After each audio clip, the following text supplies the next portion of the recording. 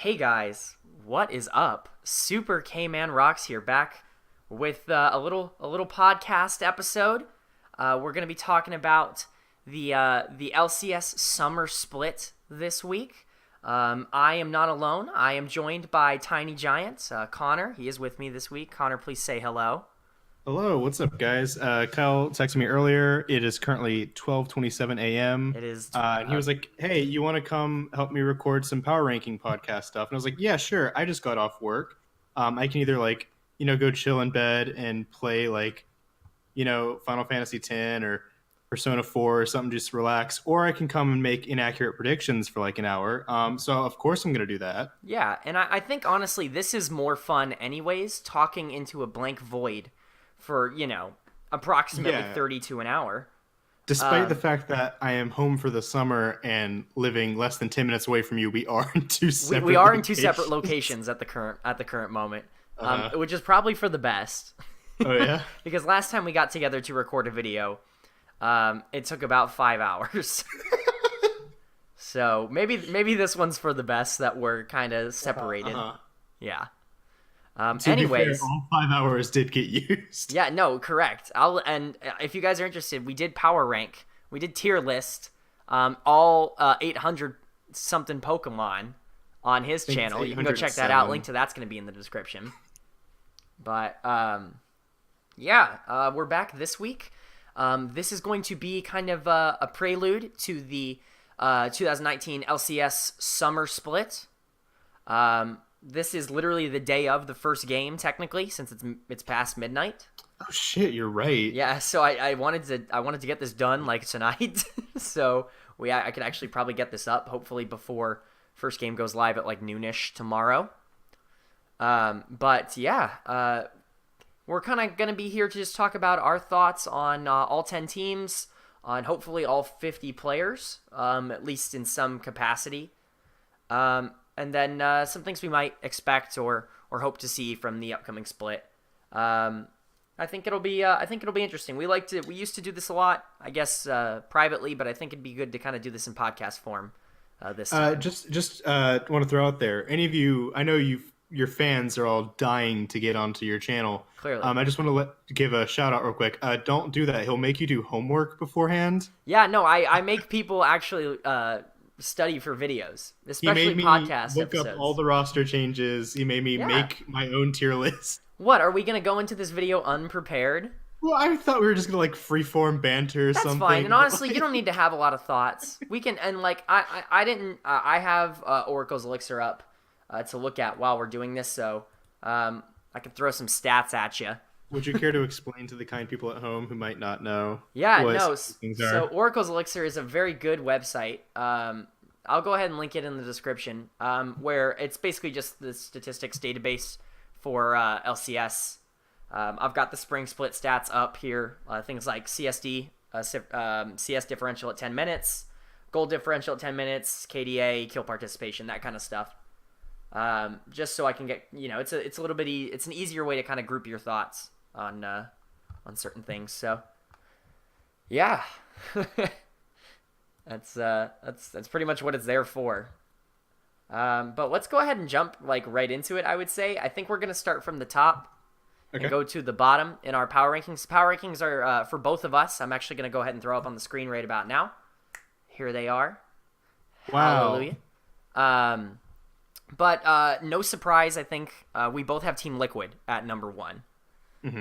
It's no surprise, but we also mentioned earlier you could probably make a case for any of the top 3 teams, but Yeah, Liquid seems like the definite favorite. Absolutely, and especially we're so MSI is so fresh, I think, to us, that Liquid, I mean, obviously making it to the finals of MSI is a big confidence boost for at least for me. Like, seeing them do well not only on the domestic stage but on the international level makes me believe that they are a really good team, which I guess we already kind of knew, but Yeah, and it's just hard to say a team with this much star power isn't just fantastic. Like, you've got Jensen mid, you've got Double If Bot, you've got Core, you've got the horses in the back, horse tack is attached, the hat is matted black, and the boots are black to match. So it's really just hard to look at this team and find too many faults with it. Yeah, and I went ahead and personally power ranked all the positions as well, and I don't have a single player on their team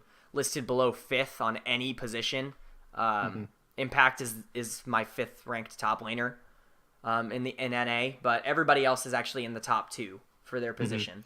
Uh, No, I actually didn't power rank the players because I feel like individual players are like you can come up with a general yeah, concept yeah, for and how to obviously, perform, like but there's tiers I think for yeah, players. meta matchup, even player to player matchups, Definitely, everything is definitely. so different. Chemistry in teams, it's hard for me to really get a gauge on how like individual players perform. So I'm just gonna kind of play that by ear. Yeah, yeah, and I don't think I don't think specific rankings are really necessarily there Mhm. for me to say like four is always going to beat five or two is always going to beat No, no, no. seven or whatever. I think And it's just Doublelift a actually made a really good comment in his interview. He had a longer interview with Travis Gafford recently, um, where he mentioned the state of League of Legends right now is kind of in a state where the gap that has been referred to a lot of the time, like the East West gap, hasn't necessarily been closed. More so, it's become where anyone can kind of beat anyone on any given day. yeah. And I think that applies to individual players as well. Yes, definitely, definitely. I think we can kind of transition that into kind of going down Liquid's roster and why I think Hmm. they've been so successful. Like I think Yeah. there's a lot to like on the team. They did not make any roster changes from spring, Yeah. obviously. I mean, even if they did, they'd have like a week to implement it because MSI was like what a Yeah, week it would have ago. been difficult. They don't really get a break. So No, yep, which is surprising because usually they do get a little bit of a longer break than yeah, that. yeah, they are This is not the getting shortest one one this they've had, year. I think. They're right back into the action. Which So I'm fine with as a spectator because you and I both watch LCS like every year. I probably yeah. watch 80% of the games in all of like the big major games as well. Hmm. Um, so like we watch traditional sports as well, but like we genuinely follow this pretty intently, Yeah, it's very uh, nice to just have so much League of Legends to watch. right? I can't speak for you, but I know like a lot of people like to complain about League of Legends all the time. I genuinely enjoy the game. Oh yeah, Uh, from a and competitive aspect, from a gameplay aspect, I think it's fun. So I absolutely. like having a lot of it And to like engage in. I've been a big proponent of like I think professional competitive League of Legends is one of the most entertaining Oh yeah. like spectator sports to Mhm. watch. Just because I think it's very interesting to kind of go about it. But um, looking at Team Liquid, I think there really isn't too much to say about that team that hasn't already been said, right? Mhm. Impact in the top lane is going to be a rock. He doesn't necessarily lose your team anything. He He's won't really win you or lose you the game, right. but Um, he's certainly going to play at least average to above average. yeah, and that's exactly I think what this team needs. You have somebody like Smithy in the jungle who has Mhm. proven that he is among the elite in North America when it comes to that Definitely. position consistently, year in and year out. Jensen and Doublelift are probably two of the best lane carries in the game, Mhm. and then Core JJ just showed us all at MSI why he's probably the best support in North America. Yeah. So we touched on impact a little bit, so I want to skip down to Xmithy, and we're talking about how great this team is, but I do want to point out that I don't think they're not undefeatable as we saw with Right. MSI Finals, which With SNA G2, yeah. fans was rough and hard to watch. But this team was put together with the intent of international success, and the only team that really managed to stop them was the EU team, who had done the exact same thing. Right. And a big part of that was actually due to Xmithy, Yeah, because as great Smithy as he had is, he has notoriously struggled internationally. yes, his struggles have been quite clear on the international stage, Mhm. but I think um, it's really I think mental for him because it's not like he hasn't shown that he can Definitely, be definitely. a top tier player. I think it's just getting that in his head. I think you could get like if someone came up to me and made the case that Smithy was the best jungler in North America, I don't think I could Yeah. argue with them, right? No, I would definitely. You can make a case for. Honestly, with a lot of these positions, you can make Mm-hmm. cases and switch them, and you could honestly do it for any of these rankings as well. Yeah, and I'll have when we're talking about the teams, I'll have the team kind of up on the screen, Oh, you're and gonna have like I'll have someone my have some little footage. rankings in parentheses next to the player, so you guys know Nice, where I nice. personally rank them among North America. But Um, like yeah, but then I think this team just grades out extremely well. I would agree. But moving on, he's done. He's incredible. Locally, he's got great shot calling. He is known for being probably the best smiter in America, if not the world. Like he Yeah, steals and never yep, misses that shit. that's what he does. He struggles a bit with like early pressure. If he gets pressured out, he tends to not know how to come back from it. But his mental when he's in the zone is like great. Yep, for sure. And then you move on to the mid lane with Jensen. And there was a time recently where I thought, because it's always been like Jensen and Bjerg for like who's like the number one mid in NA. And for a while, I was thinking, it might be Jensen. It might have passed him, and a lot of that came from there are so few players who require less assistance than Jensen. Yep, he is a very self-sufficient, but yet like he's not in the Pobelter way of. And I don't want to knock Pobelter. We'll talk about him later, but like Yeah. not in the Pobelter kind of meme way of, oh, you leave him alone, he loses by 10 CS, and he's okay in team fights. But in a way where you leave him alone, he absorbs pressure and he wins lane.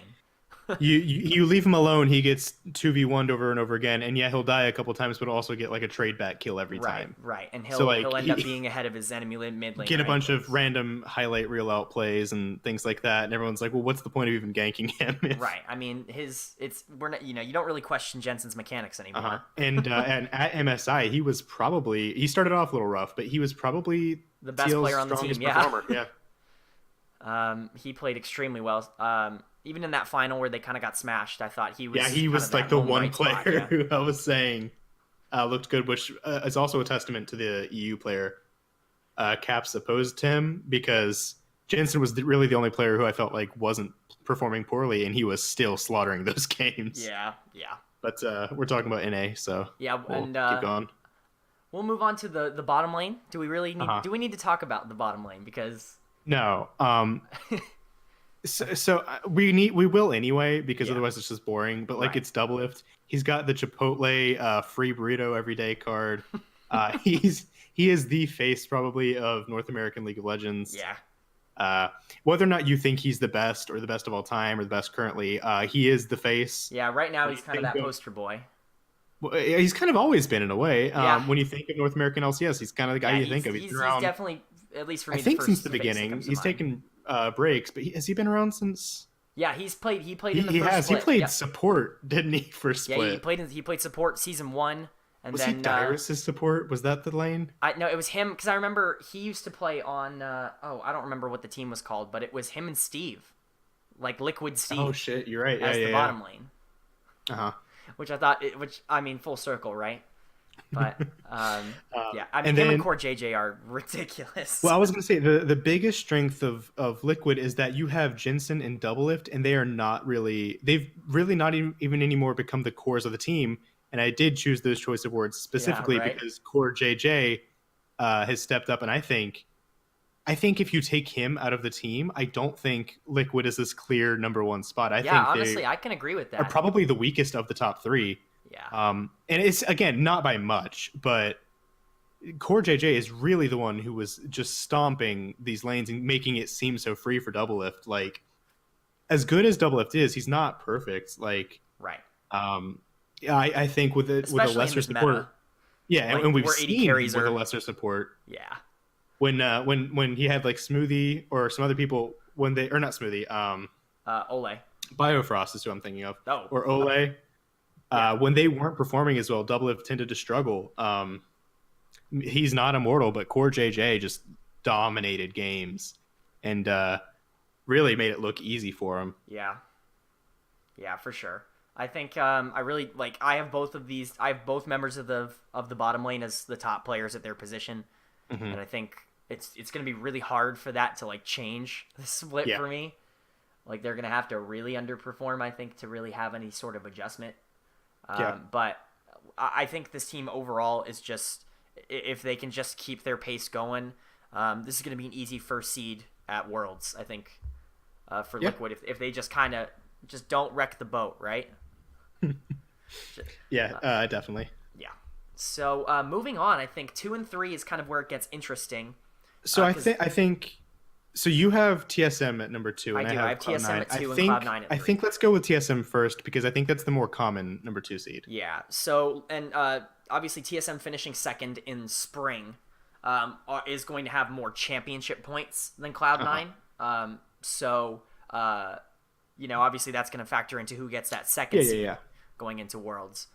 So looking at TSM, I mean, this talk about a team that really just turned it on last split. Mm-hmm. Like I think they were better than anyone really thought they were going to be, myself included, right? Yeah, because for a while it didn't look convincing. Like when they were winning games, it wasn't smashes, and they looked weak at times. Yeah, and but then there was the meme with our vengeance will be swift, and it was ever since then. Yeah, I mean, and a couple of members of this team really, I mean, stepped up. And I'm not sure what to put that on, but it's really the top side of the map for me. Broken Blade and Acadian had excellent splits.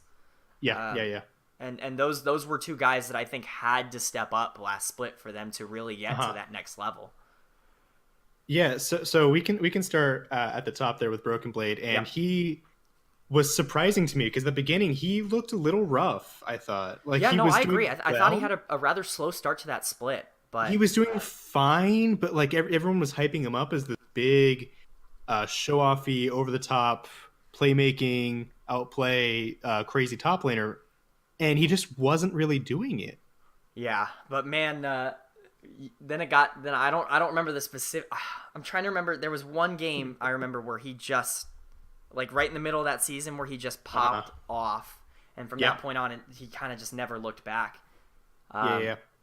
My biggest memory of Broken Blade it's got to be the finals. It's got to be Spring Split finals where he just, I mean, it went 5 games and he was excellent in all 5. Yeah. He was the best player on TSM in those finals, and he was a big reason why they went up 2-0 to start that. But I like he's a young player. Obviously, he had so much hype coming around him, coming from Turkey, that I think you really kind of hoping that if you're a TSM fan, you don't want that sophomore slump coming from him. But if he can just keep up his production and his pace, I think he's a good player. Yeah. Now the thing they do have to be worried about is the top lane meta. Last split was very in his favor. Yes, for sure. And we don't know how it'll be this split. Absolutely, and obviously that's going to be similar. There's quite a few, especially top laners that I think really depend on meta. And we'll get to a few more of those. I think that's probably the lane that most depends on it. Yeah, for sure. And we'll get to a few of those players, I think, a little bit later that I think are very, they'll be good in certain metas, bad in others. But, I think Broken Blade's going to be pretty consistently an upper echelon top laner in North America. Looking at his stats over on Oracle Elixir, he actually, has a really good CSD. I'm trying to look at what place he's in here. Actually, his CSD isn't fantastic, but his experience is actually really good, and his KDA is actually also excellent. So I think the thing about Broken Blade that you can kind of glean from the stats is he doesn't die, and you put him on something like a carry champion, he can do really well. Okay, yeah. Real quick, I wanted to ask you: have you been marking down the team? Don't repeats. The teams that we go over, Yeah. Okay. Yeah. Okay. Well, I think that's probably good for top lane. You want to go into jungle because they've actually done something interesting with jungle going into this. Yeah, I was about to say jungle is definitely something to talk about with TSM because you don't really know how to talk about it because you have 2 junglers on this team. Yeah. So for anyone who doesn't know, last split Grig was meant to be their main jungler, but he got out for an injury. Yep. He was, and Acadian just kind of played the entire split, but they're still keeping Grig on despite Acadian having, like you said earlier, just a great split. But not only have they kept 2 junglers on, I've heard rumor that they're looking to kind of keep their Challenger series, or not their Challenger Academy. series, the Academy series. Challenger doesn't exist anymore. Yeah. Their jungler kind of on standby in case they want to bring him up as well, which is really weird to me. Right. There are 3 very viable junglers in this organization in Acadian, Grig, and then they picked up Spica from Echo Fox to play for their academy team. Like And these are they're, like I three said, they're capable looking to maybe junglers. put him into the full roster if it goes well, which Right. is just weird because team chemistry is such a big thing. And we've seen time and time again when a team changes a member like midway through something, it just doesn't work out a lot of the time. And And I feel especially like, especially these players because uh they're such conflicting styles of player, yeah. right? Where you have someone like Grig, who you started with, who is incredibly vocal, Yes. very much a shot caller, a primary shot caller on a team that he goes to, right? Hmm. Acadian, on the other hand, isn't really known for that at all. No, but he had a fantastic, maybe the best split he's ever had. Yeah, he had his best, in my opinion. What was his best split? And Last I'm split on looking at your TSM. player ranking, and I'm kind of feeling like you might have him a little low. Yeah, that I don't know. It's just so hard to rank that Hmm. because he played well when the rest of the team played well, right? Yes. But I don't know if I would trust him to lift the team out of a cold spell. Yeah. Like as the jungler, I don't know if I would trust him to facilitate. Yeah. He was kind of Okay. like that You know, when he that's started fair. on Echo Fox, when he was the first Blood King. Yeah. But recently I don't know, he took more of a backseat role, and I think Hmm. it worked for the team for sure. But I don't know if he's quite as carry oriented as some of the junglers that I ranked a little bit higher than him. That's fair. And it actually brings up a point with the next player I want to talk about, which is Bjergsen. Bjergsen, the TSM Because zone. you mentioned Acadian played well when TSM played well. And I Yes. mentioned earlier that there was a time recently when I thought Jensen had passed Bjergsen in the number one NA mid laner. How recent was that? Pretty much before last split. Yes. Because Bjergsen, oh boy, TSM has been good for so long. He's kind of fallen under the radar where it's like, yeah, he's good, but like so is the team, whatever. Right. They did not do well for a little bit, and Bjergsen was still kicking ass. Yeah, Like, and I think it's so funny to talk about that, like calling yeah, Bjergsen underrated in a sense, right? Like it's right? weird to say that, but it almost But feels it's like true. he kind of is at this point because he reminded us last split that just how good he really is. He single-handedly carried that team for a while too. Yeah, Like the rest of the team could be performing horribly and still, believe it or they might not crush the game, but they'd still at least be in it yeah, every single game, almost single-handedly because of this guy. yeah. I mean, he just I think he reminded everybody that he is one of the best players in the world. I think. Yeah, that was the thing. It was like you can talk about regional things however you want, but when you talk about Bjergsen, you kind of just drop all of it. And it's like, no, he's not like, yeah, he might be the best in America, he might be the best in the West. No, he's like one of the best in the world, and I feel Yeah. like you just kind of have to accept it. Yeah, Like, and it'll be really. I mean, obviously that team's success, it does kind of hinge on Bjergsen, but I think the reason that I have them at 2 is it's really not completely up to him anymore, like it kind Yeah. of used to be. Like back when, like right at the beginning of franchising, when it really felt like, what was it, it summer was of the solo 2018? mid. Summer of 2018, where he had to go 20 kills on a collie for that team to win, right? Yeah. Like it really doesn't feel like that anymore. It feels like The, you know, yeah, kind of the transitioning into thing, the bottom lane. I think that they're much better than I think they used to be. the thing where the two big NA players people always refer to usually as the best, and whether or not that you agree with this, whether or not it's true, this is what people tend to say. It's usually Right. either Bjergsen or Doublelift. Right. Doublelift has had bad splits. I cannot remember a full split Yeah, where where Bjergsen Bjergsen has felt been. bad. Yeah. Like there have been splits where Doublelift has been like, maybe he's not so great, and he's even retired, being like, yeah, I'm not playing well. Maybe I should take a break. Bjergsen's not done that. He's just been on it every single time. Yeah, and I think one point to make about Bjergsen that I hear this a lot, and I know where it comes from, but I also don't really understand where it comes from pundits, Uh-huh. is the lack of international success from Bjergsen. Yeah. And I understand the guy hasn't won a ton on the international stage, but truthfully, I mean, it's not like the guy doesn't play great on the international No, I almost feel like stage. it's in spite of him rather than Right. because of him. Like, especially going back to Well, it's 2017 like the last time Worlds. they went to Worlds, and it was Bjergsen mid and then Sven Mithy bot lane, and Bjergsen No, looked no, fine. they never made Worlds with Sven Mithy. The last time Bjergsen Oh, went to you're right. Worlds You're right. was Double Lift, Yeah, that's the one I'm and thinking of, that's and they when, looked awful. yeah, that's when Double Lift completely shit the bed. Uh huh. That's And the whole holding Bjerg flash had a meme and pretty good everything. 2017 Worlds, but it just the team collapsed around him. Hmm. So I don't really. That's one thing I personally have never understood is I don't necessarily see Bjergsen as like an international flop. I don't think that's a Yeah. guy who can't get it done on the international stage. I think it's Well, just kind it's of a the same matter with of Jensen, where people were saying he's the maybe best in North America, but he had never even won locally. right, right. So But I think a lot of Bjergsen's success kind of leans on the rest of his team this split, especially because of how good the rest of NA is.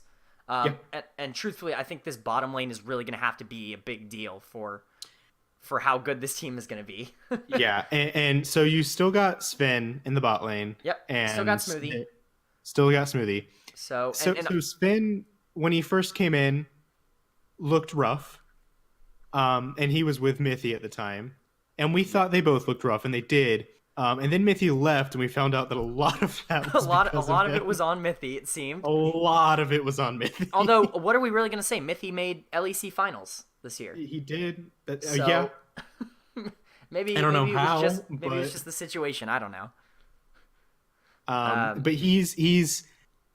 There's really not a ton you can say about him because I don't think he falls into the top 3 of the 80 carries for North America. Yeah, but I think he's it's like, hard. I think the top 4 are very difficult to rank for me. okay.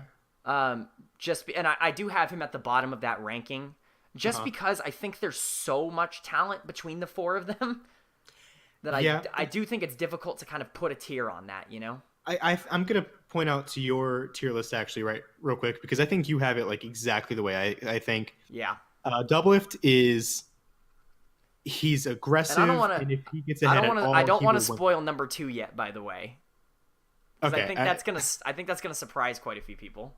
okay. but- I won't mention number 2, but number 3 you have Sneaky, Yeah. who everyone knows he's notoriously weak in lane, but he more than makes up for it with his late game, which I think is the best out of almost any 80 carry in the world late game. Yeah. I mean, he's proven on the international stage that he can hold up against. He's a pretty much team anybody. fighting monster, and I think it's even more proven the fact that he's known for having such a weak early game and then still does so well late game, which is so dependent usually on your early game. Yeah.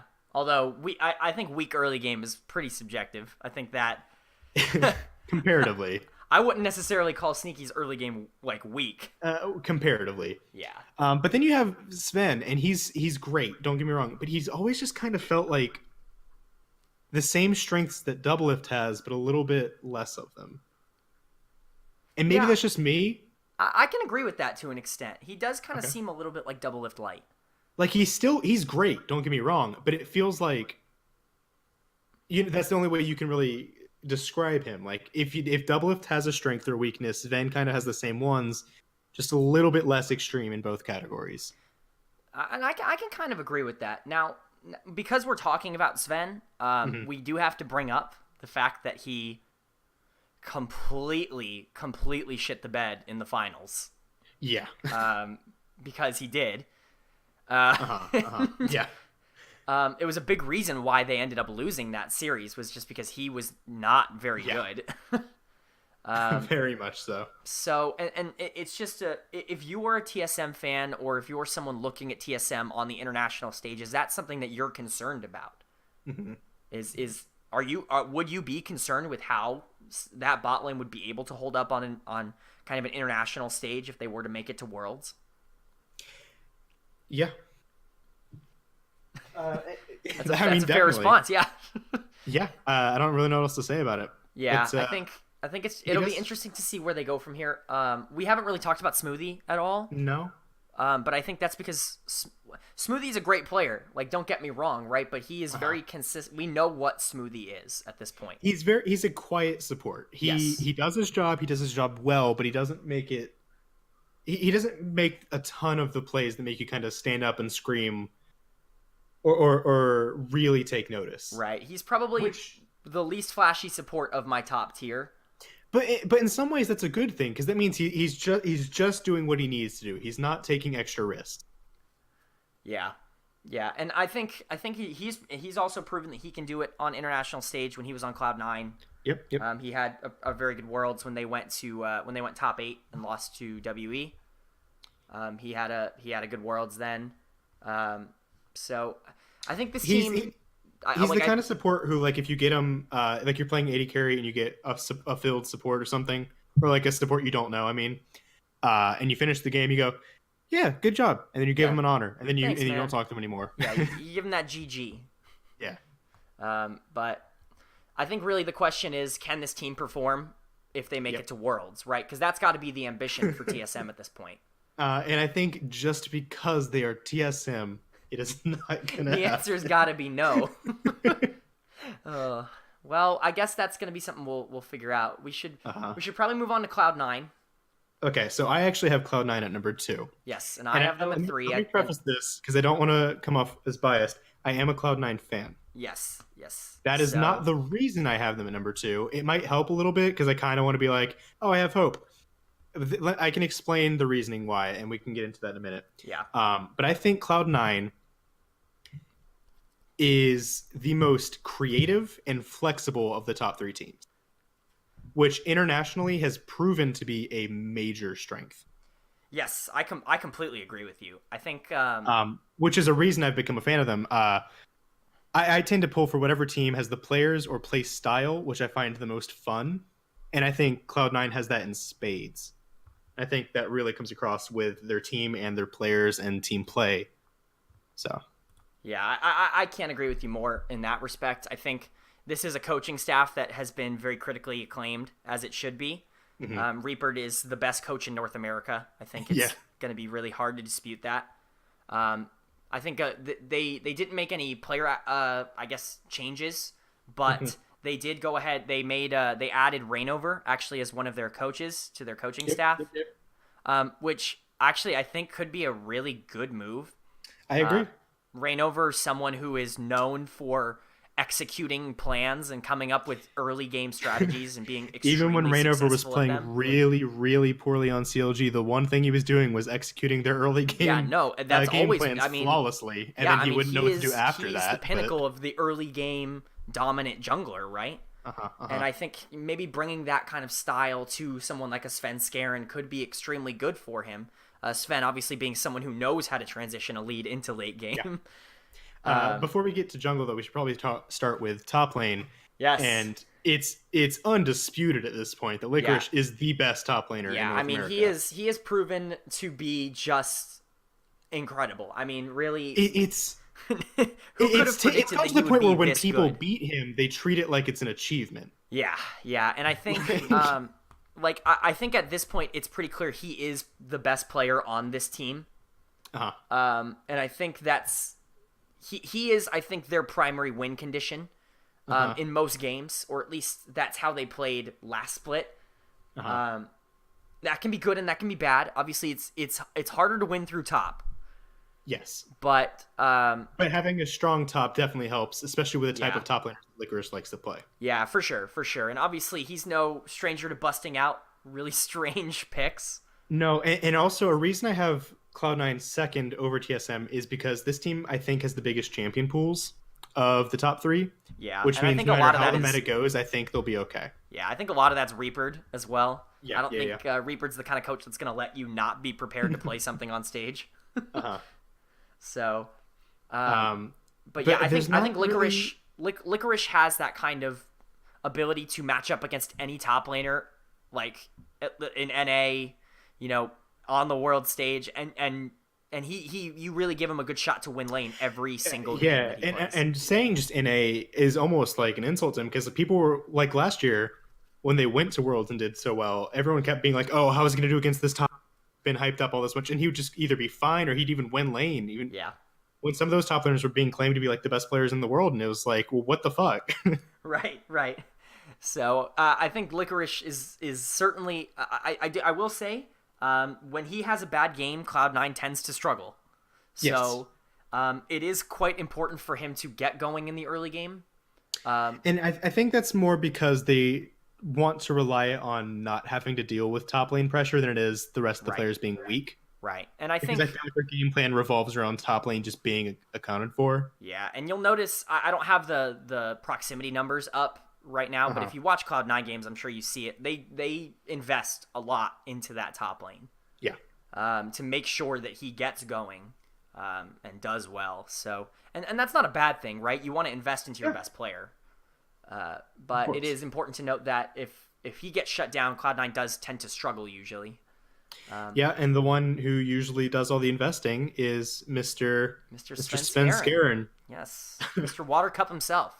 Yeah, he he does have his own special sippy cup that has been given to him He's got to by get some sort of brand deal out of that, right? the LCS. For anyone who does not know, because he has spilled things so many times, has given him a special sippy cup to avoid spilling things.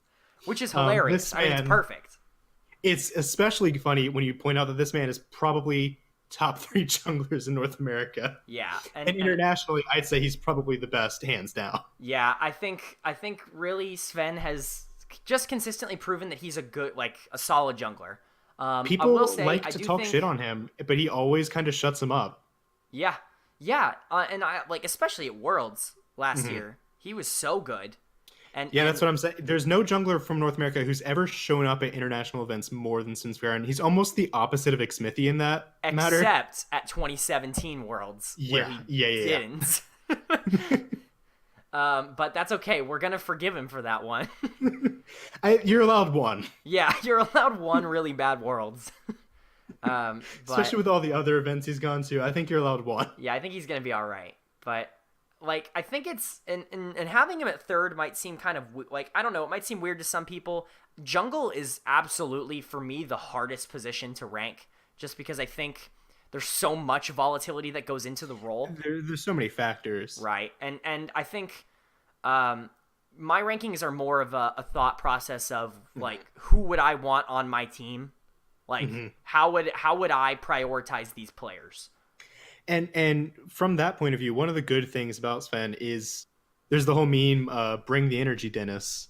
Bring the energy, Dennis. Where that and it's what he does. For anyone who doesn't know, Dennis is his name. Yes. He is a very just according to the team and everything you've seen of him, he's just a fun guy to be around. Yeah, he's a very hyped player to play great with. mental, very hard to get down, very positive, always Yes. cheering his team on. He's the kind of guy you want on your team because even if you make a bad play, he'll still be like, it's fine. Although I Which don't is think a good thing to have in long series. Yeah. Oh, agreed. Although one thing I don't think this Cloud9 team suffers with is mental.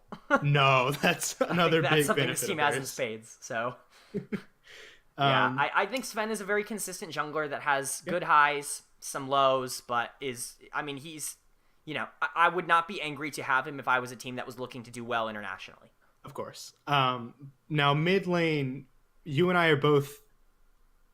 We feel weirdly about mid lane. I'd say, right? and I will say, going into it, Niski completely outperformed my expectations. Yeah, in I spring. think he did for most people. I think he did well. He fit in. He didn't look bad ever. Well, he looked bad a couple times, but that's okay. not like exceptionally bad.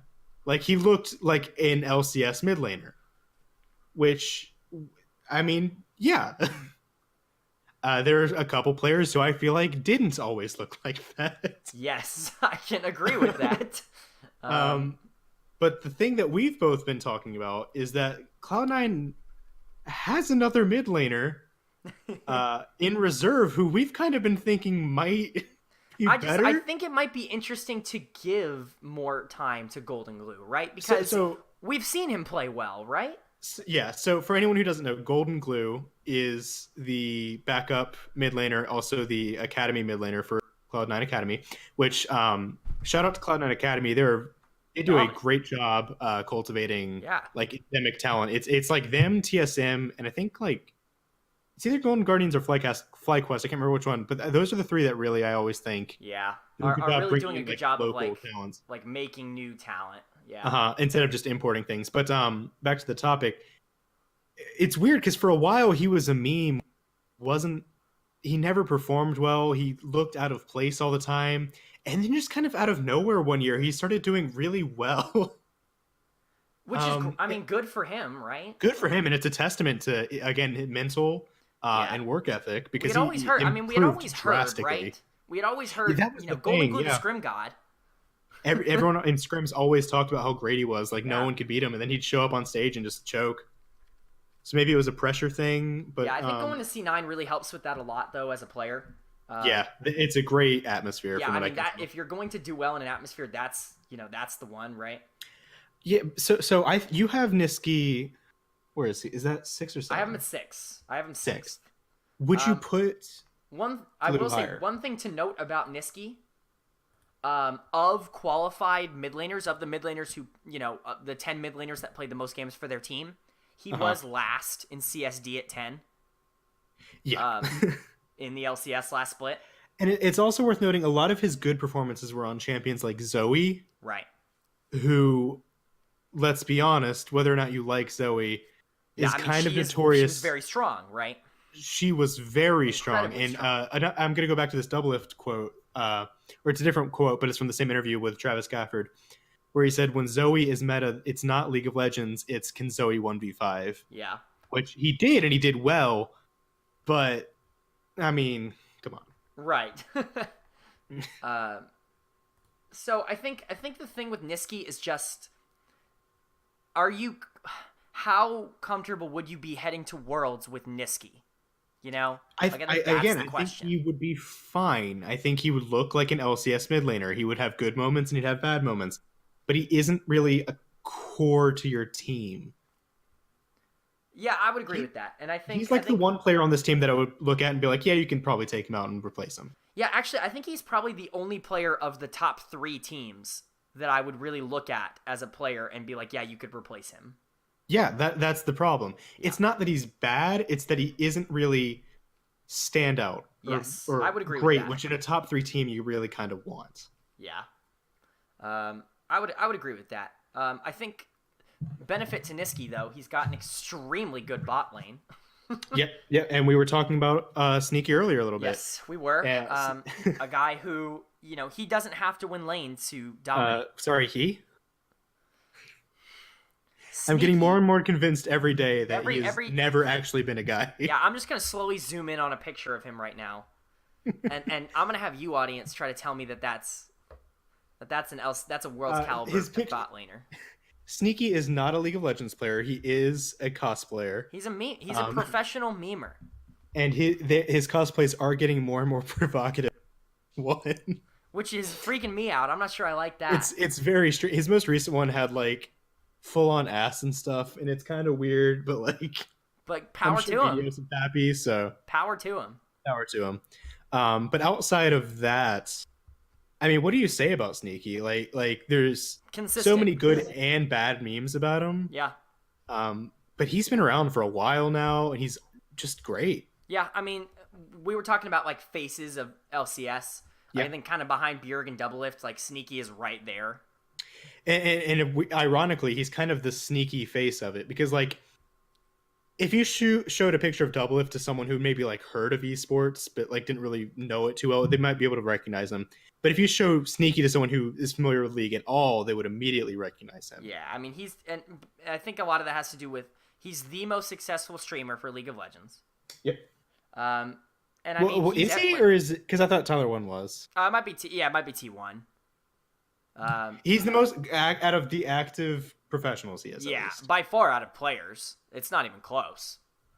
But like, I think his audience is just so big, like his fan base, that, and I mean, I don't want to take anything away from him as a player. I don't want to speak about him like, he's popular because of his fan base, his streams and whatever. I mean, he's an excellent player. Yeah, he got popular to begin with because of his play. He won. He grew after that because of the other things. Three straight titles with Cloud9. I used to, when I was first learning about like League, because I haven't played since the beginning. I played since like, I remember, but a couple seasons into it. I used to think he was like crazy because I just watched him get like pentakill after pentakill in professional League of Legends, where usually the games were getting like, I don't know, maybe 5 kills total, and I was like, this guy is insane. Yeah, this guy's wild. Yeah. Yeah, and he was getting like Assault Baron steals and stuff like that, and I was like, what the fuck? Yeah, Sneaky's got his highlight reel for sure. Uh, But I think and I he's think he's one got the one low moments. He's a little weak in lane, yeah, but I like mean, outside of that, he just really doesn't have a ton of weaknesses. I would agree with that pretty much almost completely. And even his lane, like, yeah, it's a meme, but it's more of a meme because his lane isn't really bad. It's just bad comparatively to how like monstrous he is late game, Yeah. which is weird. Yeah, and I don't know. I think it's really just the thing with the word I always use to describe Sneaky is just consistent, right? Yeah, He's a guy that's going to go out there and he's going to be good, and you're not going to have to worry about him, yeah, and you know he's going to be fine. You know, uh-huh. like no matter Um, who he can play, go up against the best competition in the world, and he is going to be strong in team fights, and he's going to be a force that can drive your team to victory. Like it does yeah, not and you matter. want to talk about like a driving force though, you got to talk about his work because Zazel Zazel, whew, is just and like we used to talk about Afro as like this crazy shot caller, yeah. and then Zazel came out of nowhere. Yeah, and And he's pardon my terms here. He's a very sneaky shot, like good shot caller, it's right? unbelievable. And the funniest thing is that if you've heard any of C9's comms, they sound like if you just got a bunch of your friends together and started playing a casual game of League. Those are what their comms sound like, but somehow they all understand exactly what they mean. Yes, And it's almost like a code that they've written down it's for a each other secret code. that only they understand, so other teams can't listen in on. Yes, But Zazel's shot calling is like so clear, but he's still again. C9's all about like the mental. He keeps the game light, which is a really big thing that a lot of players they yeah, struggle with. Like they'll lose a game and they'll just get really down about it. Whereas if you lose a team fight or you lose a game as Zazel, he's immediately looking towards the next thing. yeah.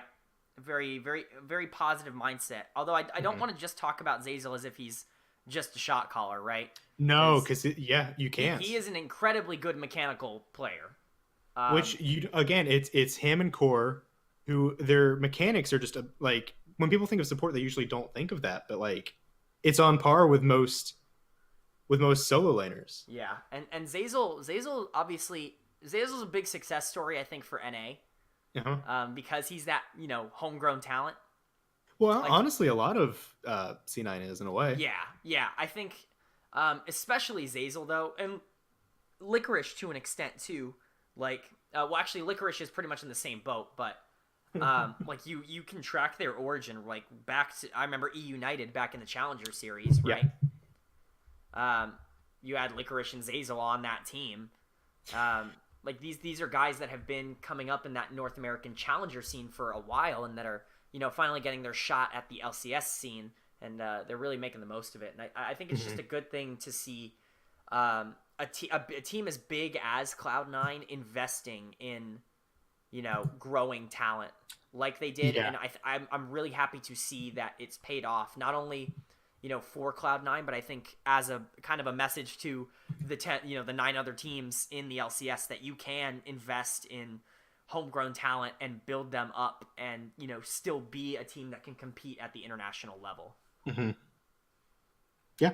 But any closing thoughts for Cloud9? Like Well, like I said at the beginning, I am a Cloud9 fan, so I don't want that to be biased. But the reason I became a fan is because I like the personalities and the play. And I'm trying to like keep that out of the opinion as much as I can. But at the same time, the part of the personalities that I like for them are like, again, they're light. They're more like the family aspect, which I think actually does help them in a lot of situations because, like 100 Thieves last time, failed because they just didn't have good relations with each yeah, other. they had no chemistry. Yeah. So So moving on to 4. yeah, okay. And So I this mentioned is where I think it gets interesting, right? Because I think it might be good to go by like championship points, kind of Okay. going down from here, right? Okay. Kind of talking about the teams that have a closer shot at getting to Worlds.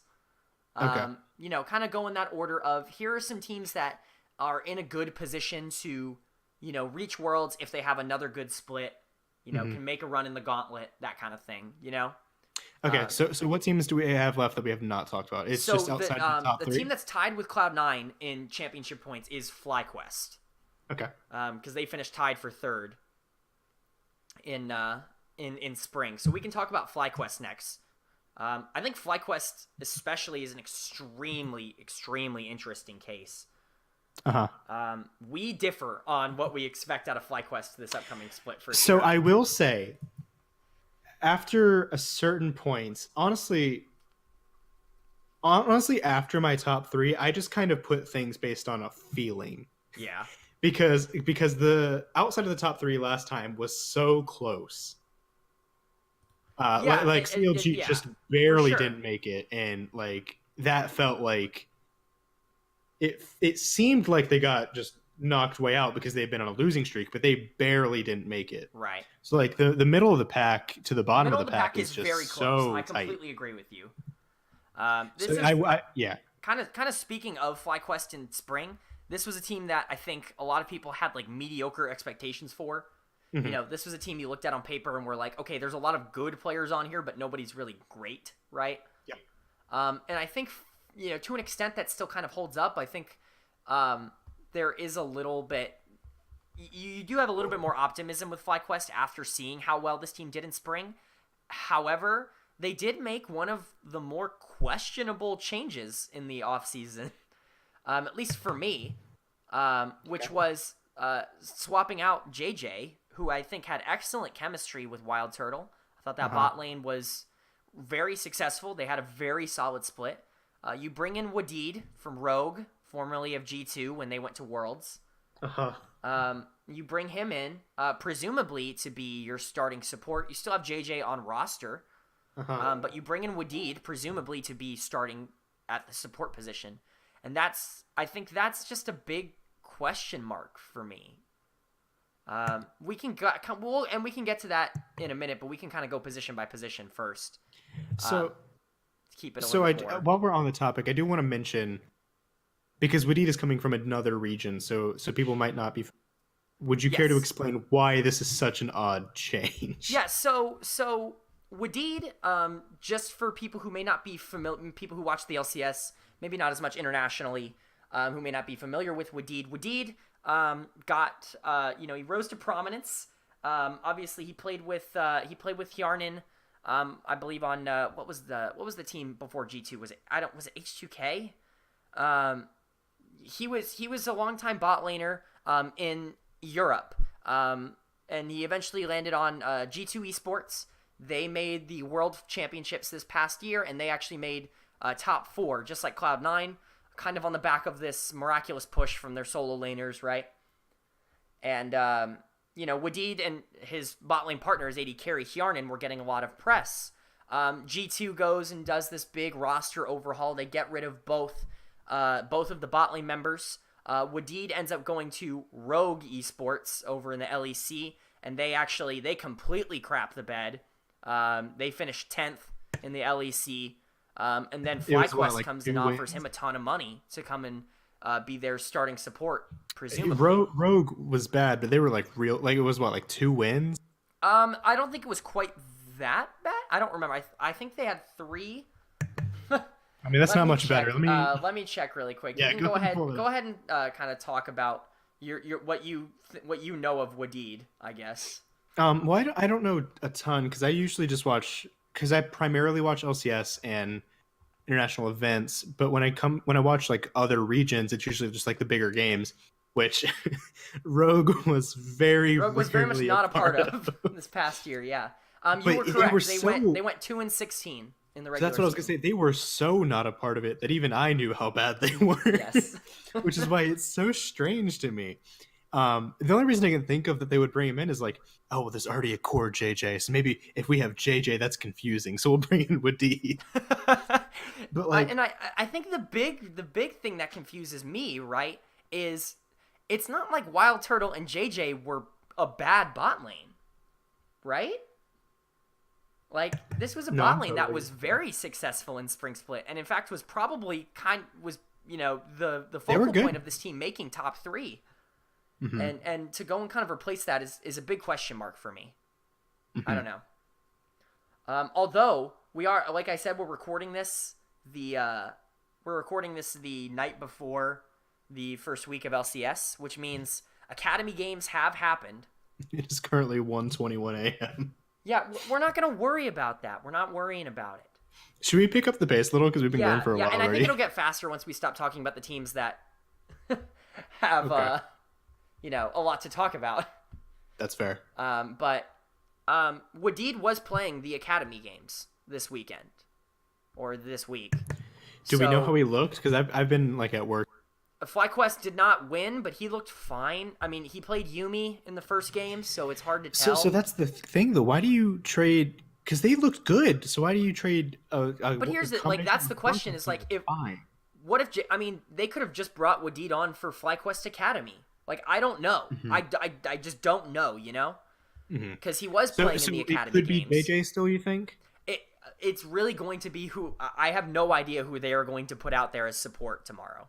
Mhm. Is the thing. Because if you would have asked me a couple days ago, I would have said it was going to be Wadid, right? But It just feels weird to bring in a import and then use them in an in academy Academy, team. right? It's just it's an interesting process. Uh huh. So we'll go ahead. That's to be determined. Let's talk about some of the other members of the team while we can. Top lane, they still have Viper, last year's rookie of the split. Yep. Yep. He had a good He looked split. good. I mean, he was wasn't good. overly great. His laning numbers were actually pretty poor, but the guy's good in team fights. He's smart. He's not stupid. He doesn't die. I can describe Viper very simply. You just kind of shrug, put your hands up, and go, "He's good. Yeah, he's fine. He's He's good." good. I have don't him know as what my I was eighth gonna top say. laner, mostly because I think top lane's one of those positions, especially in North America right now, where you kind of have to be good Yeah. to kind of make that top five. You can't just be right? good. You got to be good. Yes, right. So unfortunately, he ends up falling kind of lower on the tier list or the ranking list for me. But yeah, it's not really a shot at Viper. It's just he's not someone you can carry the game through. He's just kind of someone who's gonna help you there. Well, I mean, you can. He had the Riven games, Right, stuff and of course, where- obviously, former Riven one trick. The guy knows how to play those kind of bruiser carries. Riven, especially right now, is actually really strong. I would be very surprised to not see a Riven ban come against FlyQuest this week, just because you don't really want him playing that right now because it is a very good pick. Just things to think about. Moving into the jungle, though, I think is where things get spicy for my power rankings. I have Santorin as the best jungler in North America, and I feel like that might surprise a few people, but it really shouldn't. I think this guy proved last split that he is just... I mean, he is good in every single situation, Yeah. He's good at getting early game leads, but he's also good at playing from behind. He's good at transitioning success into late game advantages, but you can put him on a tank and he doesn't have to carry, or you can put him on, whatever, and he can carry. Like, I think he's just... There is no situation in which having a guy like Santorin on your team is a negative. Also, I'm going to do a bit of a promotion for free for Riot Games real quick. If you guys want a good story to watch, they did a very good, just 12-minute video called Drive the Santorin Story on the Sky, and it is fantastic, and I recommend it. Very good. He seems like such a sweet guy that you really kind of want to pull for him. Yeah, and I mean, he performed excellently this past split. I mean, I think Smithy obviously won the first team all LCS, I think. But there's also always the team tendency of just whatever team is in first, you kind of vote for those players. And especially it's kind of hard to distinguish junglers at that level. Well, like there was the meme where like TSM was winning all the time, and they had the all LCS team that was just like 4 TSM players. Yeah, one other right. guy. I don't remember who it was. That's just kind of how it goes sometimes. But I'm trying to see where the awards are. Yeah, it was Smithy that ended up winning All Pro. Which is weird because I'd probably say Santorin and then Sven or vice versa, and Smithy third, just because I don't know, Smithy, he's great, but he's not really a carry jungler, and he has the struggles internationally, whereas the other two I feel like are less so with those issues. Yeah, and I think Santorin, obviously we've known about Santorin for a a long time if you're a North American fan, right? He was at the top for a little bit. Former TSM jungler. Went back to Europe. He wasn't bad. He was good on TSM. He just underperformed, and the pressure for playing on TSM is just and went Oof. back to Europe. If you're gonna play on an LCS team, if you want it to be a TSM, you better step up Yeah, because you they better have win. You better win some expectations. games. That poor team. Yeah. Bjergsen's gonna have like 2 bad games in a row, and the fans are going to lose their shit. Right. I think Santorin's journey is like really interesting though, right? Because he It's really underperforms good. on TSM, goes back to Europe and is bad, like objectively bad, Mhm. and then Well, comes he admits it was all in his head. Once he right, and then performed gets signed for to FlyQuest, and I have is arguably the best jungler in North America now. yeah, So I think as long as he can stay on that good path, I really do think that Santorin is a tremendously good player that I think could really this is a team, and we'll get to predictions later for Gauntlet and things like that, but this is a team that really could surprise in the Gauntlet if they do get there, right? yep, Where yep, I think they have that kind of potential to do well. yep, But I think a lot of that kind of lies on their next player that we're going to talk about, which is Notorious POB. Now, I love Pobelter. Yeah. And maybe it's just because he has the exact same playstyle that I do as a mid laner, except that he's way better than I am. But as a person and as a player, I love this guy. He's a great dude, and his playstyle is he's not a hard carry, but goddamn if he is not he's going to do everything he can to make sure you win. Even if it's not through him, he's going to do his best. And honestly, I think we were a little jaded from his time on Team Liquid. Mm-hmm. Because he was on Immortals, and he didn't have to be the focal carry of that team. Yep. And then he was on Team Liquid, and he didn't have to be the focal carry on that team, right? So he almost inadvertently gained this reputation of he's a good player, but not a guy you can carry through, right? Yeah. And then you look at last split, right? And this is a FlyQuest team that did dump resources into him, and he really knocked it out of the park. He proved that he's a kind of player that you can put resources in, and that can kind of, that does have that carry potential. I'm looking at your list of power rankings, and he's in the same rank as Impact, which I find very funny because he's one above Impact. Is he? Yeah, he's 4th, and I have Impact 5th. Oh, you're right. Okay, I was looking at a different person. Yeah, no worries. A different P name. Yes.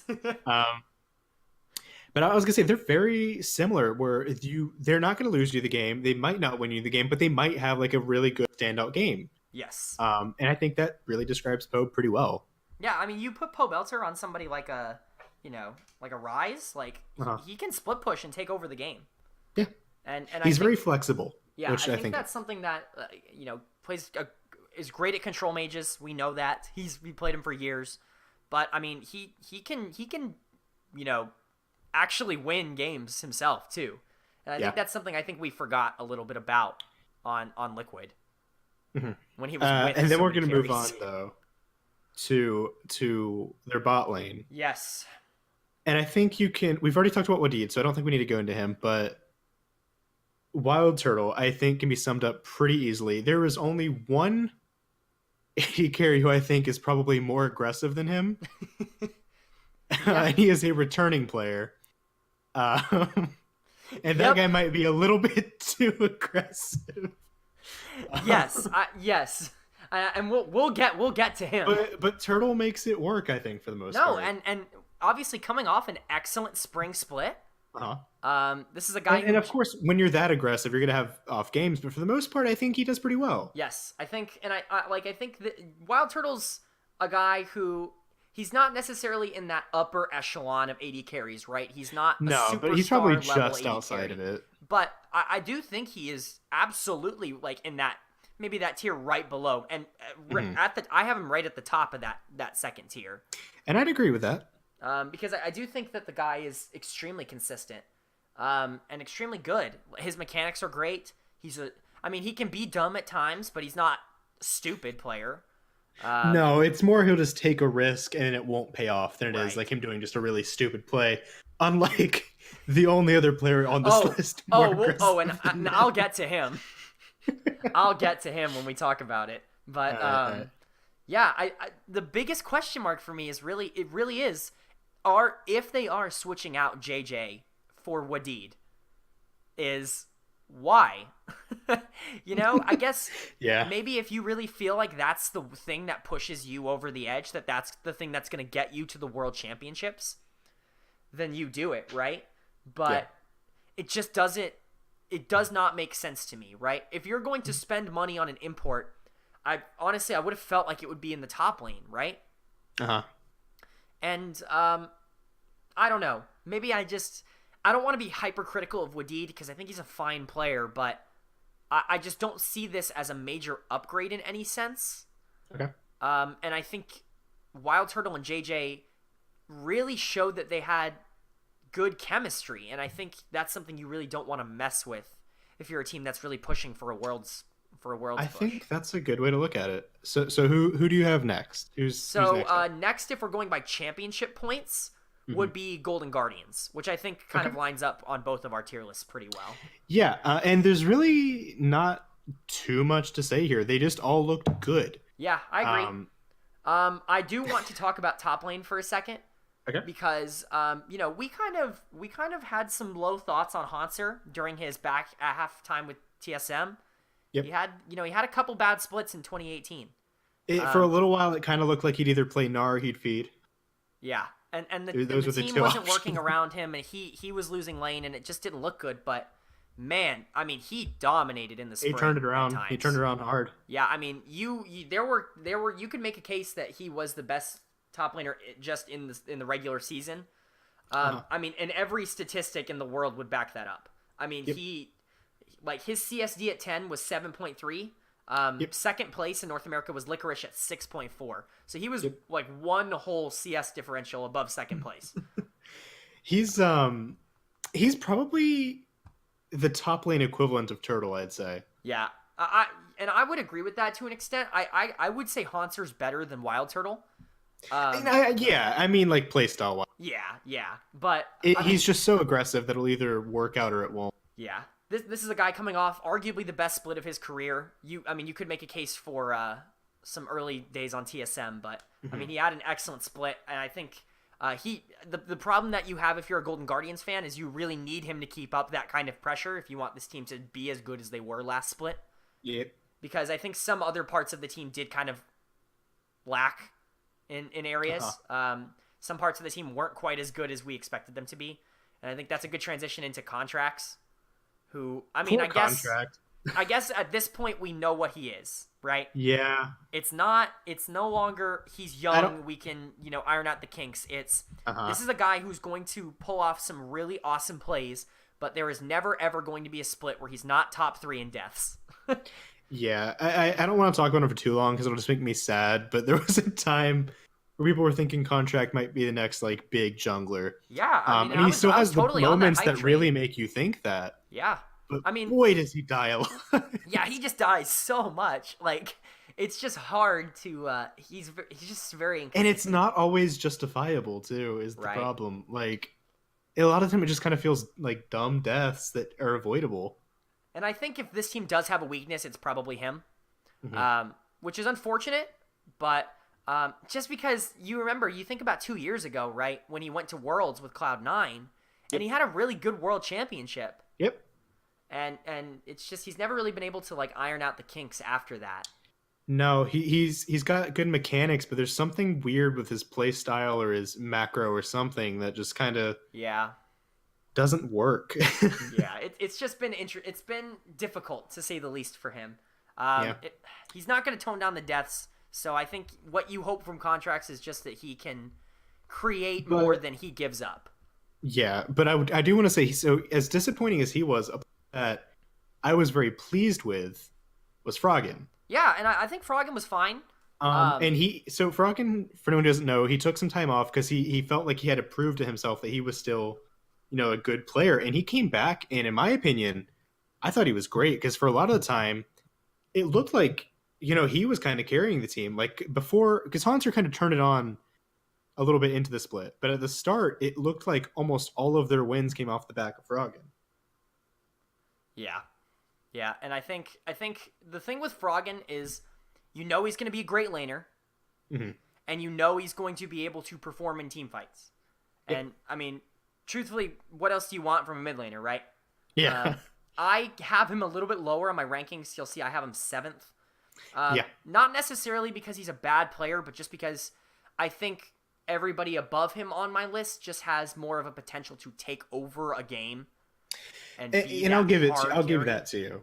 Um, But he did show a couple times this split that he can do it. yeah, I just like the thing with Froggen for me is just he. I think if you're looking for golden, like if you're Golden Guardians and you want to make that sincere Worlds push, you need that step up from him. You need him to be able to dominate lane, like someone like a Bjergsen or the Jensen. counterpoint that I'll offer to that is that he kind of was doing that until Hanser started stepping up, and then he kind of fell back into the supporting role and said, "Okay, you take over, and I'll back you up." Yeah. Which I think shows a good amount of flexibility. Yeah, From and I can agree with that. His stats grade out excellently, as Froggen always has. Yep. He's always been that guy that's always had excellent numbers. His obviously he leads the league in CSD at 10. He's That always kind of surprises no felt one. sadly like he's in ELO hell for some reason, where he never wins, but Yes. always looks good. And then he was second for mid laners with kill participation. Yep. So I mean the guy he creates an impact, around the map. I just don't know if like I would trust him to dominate on a more serious stage. He didn't look great in playoffs.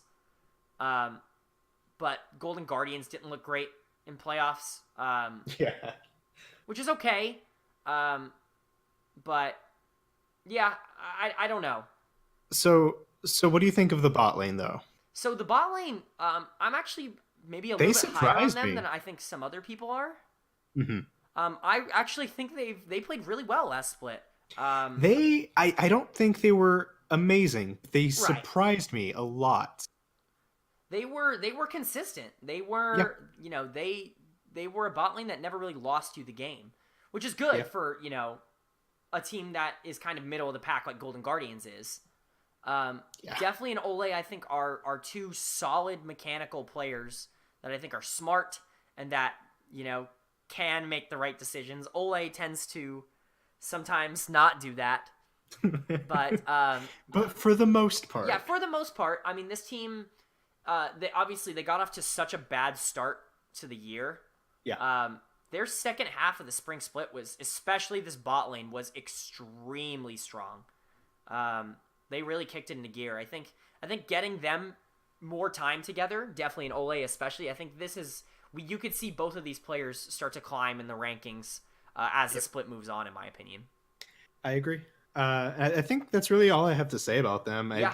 They're solid. Surprised me a little bit, but what needs not to go top right tier. for them to win the gauntlet? For Golden Guardians, Yep. I think if the solo laners just kind of keep doing what they were doing, but just a little more, or maybe if the rest of the team kind of supports them a little bit more. Yeah. I think they have all the tools. They just need to really put them together. I agree with that. I think definitely and Ole look good, but I think they need to go into more of a supporting role. Maybe go for more late game or more supporting bot lane instead of trying to carry from there. Yeah. Yeah. But yeah, I completely agree with you on pretty much all of those fronts. Yeah. Right. So who would be next then? Moving on to 6th place was the surprise of the split, Echo Fox. Yeah. So you're gonna go ahead and talk about this, I assume. So Echo Fox is my favorite team for those who are curious. So, kind of talking about them, they had no business being as good as they were last split. I think everything kind of just came together for that team in a good way. But this is a team that has pretty consistently defied expectations over the past 2 years, I would say. Yeah. And I don't know. They were for me the hardest team to rank, just because I think they're a team that, I mean, truthfully on paper they shouldn't be nearly as good as they are, but they were. Kind of going down the list of players, Solo in the top lane had a very good split, actually. Yeah. I thought he performed extremely well. I think it's one of those things where, as a Fox fan, you're very happy with how things performed. Uh-huh. And I think you're okay with having someone like Solo there. Obviously, you have Lorlo in Academy, Hmm. if you want it, I guess. But I think Solo proved that he can pretty consistently be a top tier, top laner, like someone who can, get you. Like you could have him on a team if you were trying to win, is what I'm saying. Yeah. What are your thoughts? Well, I think so. Rick Fox recently was announced to be, I think it was the 98th from last place player in all of North America, Yes, and he isn't anymore, I which know he's getting better. means, yeah, which means Echo Fox is going to win Echo the Fox will summer win Summer split, Split, and they will be the number one um, seed going to Worlds. because their owner was one of the worst players in the world, and now he's not anymore. Now he's Which not means anymore. So just how can the imagine how team good not the be? team is. He That's might not be great, but he's not well. bottom Think about this: 100 in if the world. if Echo Fox got sixth when Rick Fox was second to worst, think of how good they'll be now that he's not second to worst. Exactly, that's what I'm saying. Exact, brilliant idea there. I will say they did just get out of this whole racism scandal. We're not gonna, and I don't really want to touch upon that in this No, podcast. no, but I do want to say, hopefully that didn't reach the players. Hopefully, it didn't Yeah, affect their mental at all. and I don't imagine it would. This team seems pretty open and fun. Yeah, yeah, If you watch them, it's really hard to have a team with Rush on it that is not. yeah, definitely. But yeah, It's a big time rush. Speaking of Rush, talk about a guy who has some ups and downs. Yeah, he's kind of the way you would expect contracts to play with his play style. Right. He is what contracts. He's what we wanted contracts to be. I think. Yeah, it's okay to have lows if your highs make. Yes, I agree. And I think Rush is a good player, and I actually almost put him in the top three. Okay. For junglers, I ended up settling on fourth for him, but he is the cog that makes this team work. Right. Okay, yeah, I would agree with that. He is the alpha that pushes this team of mostly passive players kind of to that playoff spot last split, right? Yeah, and I would say that probably is, excuse me, Fox's weakest point is that their team, none of their players are really bad, but they don't really have a carry in any lane. Right. I think the closest you come to that is Rush in the jungle. Yeah. Mm-hmm. And it's not like Rush can't carry. We know Rush can carry. He's a former LCS Yes. MVP. Yes. But you just don't necessarily want your jungler to be the only person on your team that can carry. No, Right? if a jungler gets ahead, it's fine, it's great, but you don't want that to be your strategy, especially not every game, because then Right. you just pick early game junglers to shut it down. Yeah, it's definitely something that I guess you have to, how should I say, really think about, right? I don't Yeah. know. But So you want to move on to Phoenix? yeah, moving on to Phoenix. Now, I was the guy who I shit on Phoenix over and over and over and over until and then I had to at some point just say, okay, fine, he's good. Like whatever. Yeah.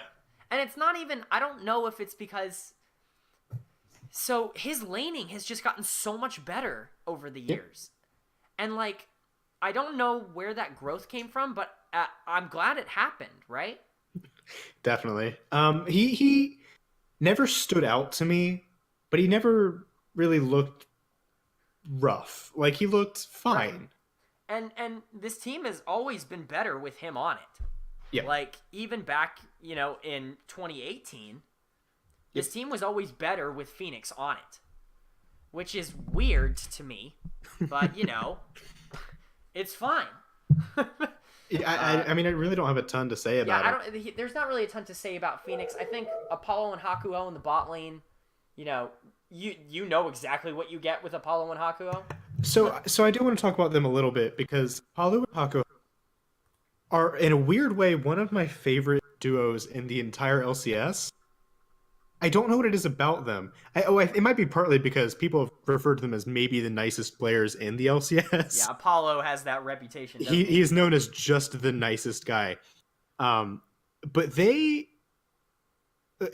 speaking of like not carrying a game, these guys are the quietest bot lane in the entire league. Yeah, I would agree with that. This is probably the bot lane that But gets the it's least so amount of weird because when spotlight. you look at them, they're good. Yeah, I mean, all their numbers back that up too. Like it feels like they could carry. They just don't.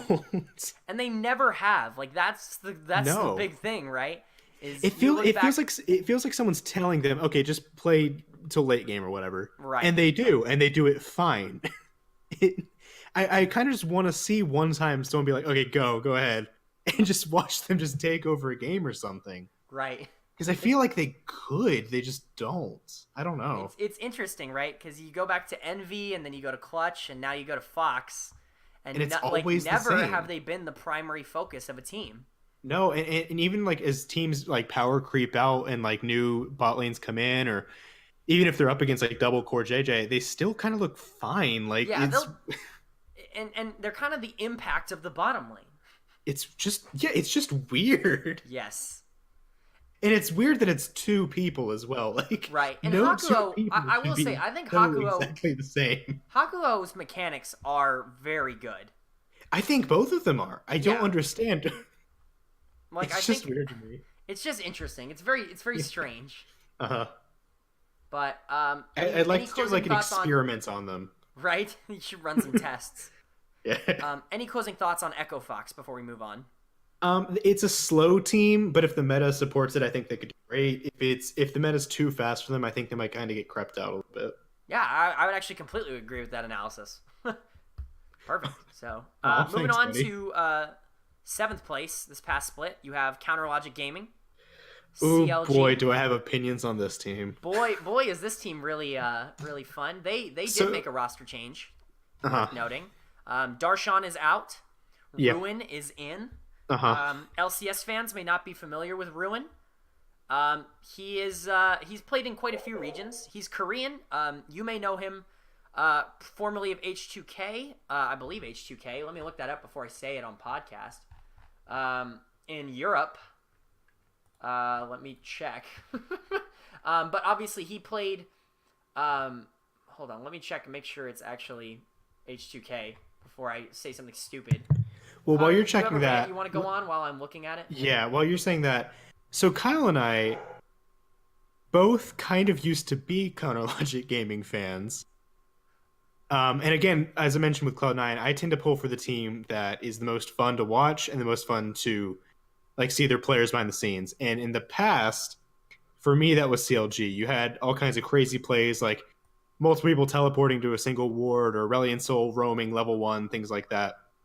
And it was really fun to watch. And they were known as the team that was like the whole family dynamic. And now that is almost completely gone. And the changes they keep making are getting like weirder and weirder with every split. And I can't figure any of them out.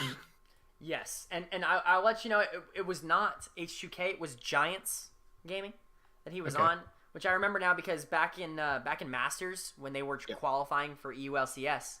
Fun fact: he was on the team with 4 of the 5 members that would become Vitality when they made it to LCS. Okay. So Also, I want to apologize for anyone if there's some barking in the background. I live with 2 wild animals, and they yeah, don't he shut actually up lives in the ever. forest. Yeah, it's really weird that I have internet out here. Yeah, crazy.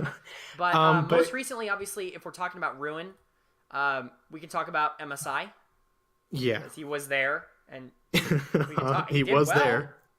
Uh-huh. He was on 1907 Fenerbahce. He was their top Uh-huh. laner and he played well. He So- was really good in Turkey when he was there. And then So here's the thing. This is the only change CLG made. yeah, which is the confusing part, I think. And for a the lot of confusing part is, if you had made this change last split or the split before that, sure, whatever. But this this came off of the split where their only well-performing player was maybe 2. yeah, I would say was- 2. I would say 2. Okay, was one of them was Darshan.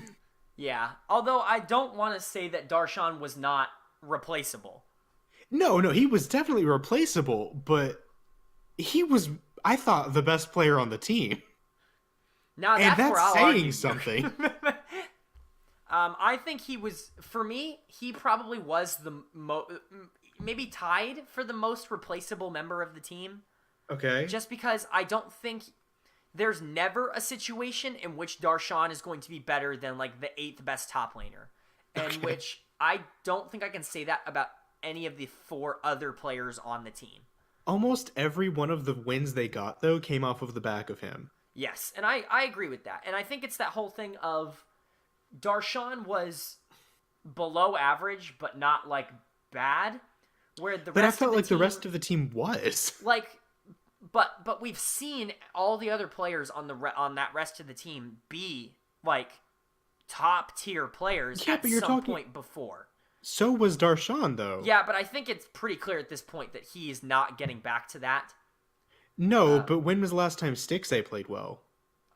What, 2 splits ago? More like 2 years ago, dude. Ever since Afro left, he has not looked good. Yeah, and I do have him lower in the He, rankings. he looked as they'll see okay as they the see on the first screen, split but- he played with Biofrost, and ever since he's just looked worse and worse. Yeah, I thought their first split together wasn't terrible, which is what two. Yeah, I don't remember, but that they looked fine. I wouldn't say they looked great, but they looked like, oh well, they're yeah. at least trying. You could have them in the bot lane. Yeah, but I- no, this past split, I thought they were gone for good. Like I Yeah. thought, I was sure CLG was going to get rid of them. Yeah, and I think this team feels like they're worse than they are. Right? I don't understand. I don't understand. Because it's one of those things where, truthfully, they weren't that bad last split. Like, No, they they were- never looked good. Even right, the wins they just they never got they looked never like they consistently barely got looked them. good, right? And I think that's the problem. It's just It was even when they won games, it looked like they barely won games. yeah. I think it's just difficult, you know. I don't know. I think talking about like, let's move on to jungle.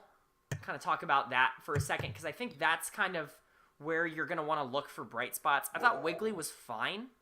Yeah. So that's where you're going to look for bright spots. He was fine. No, and I think Wiggly is a player that you feel comfortable having on your team as an LCS player, as like an LCS team. And I think the top half of their map looked fine. yeah, no, I wouldn't and- say any of them looked good, but I'd say they all looked fine. yes. And I think even looking at someone like Power of Evil, he's so hard to grade out. Yeah, but Because talk he's- about underperforming. He's just Like- so difficult to grade out because he's such a different player, right? He doesn't play like any other mid in NA. I mean, yeah. and I But think we it's thought he difficult was going to come in and be like the compare him. saving grace of CLG, and he just kind of looked okay. Right. I think you definitely wanted more from him coming into the split. Mhm. But, I mean, this is a guy who plays his set of champions, and sometimes when you ban out his champions, it doesn't work. Like, you get rid of the Syndra, and you get rid of the Orianna, and he struggles, right? And, Remember when everyone in EU got mad at him for go to Yeah, for Americas to leaving win EU championships, and Yeah. then he didn't look great. He didn't look great. But I don't know. Talking about, I think what needs to get better for this team is you need Power of Evil to get back to where he was, even on Optic. Like, Which even is going doable. back- It's right, even doable. going back to when he was on such a bad team. Everyone has a bad split. Like he had a very bad split, especially for his standards. But everyone has a bad split. Everybody screws up. I think you need Yeah. you need him to get back to where he was, like, on Optic. Like, back when he was the only saving grace of that team, they dumped all of their resources into him, and they just said, carry this team, right? You know, Yep. we'll give you literally anything you want. Just win us the game, right? And that, I mean, to an extent, that worked for that team, right? Yeah. I don't think that has to be the case. I think the CLG team is much better than that Optic team that actually, ironically, did all better. of these players should be good, and just for years they haven't been. Right. And I think, I don't know what to expect anymore out of Stixay and Biofrost. Stixay, he's looked. The previous ones we mentioned were Apollo and Hakuho, and he looked worse than Apollo. Yeah, I would agree And with that. Apollo does not carry games. I would agree with that, but also Stixay is better than Apollo, right? If you had Like, asked me that a while ago, I would have said no question. People had him as like one of the S tier 80 carries, but he just hasn't done anything. He loses lane. He doesn't do anything in team fights. He gets caught out. I It's mean, you're it's just right. and like Apollo, the previous one we mentioned, didn't do any of that. Like You're he would right. win you the game, but he didn't do any of those problems. That's fair. That's a fair point. I think I just have more faith that Stixay can turn it around.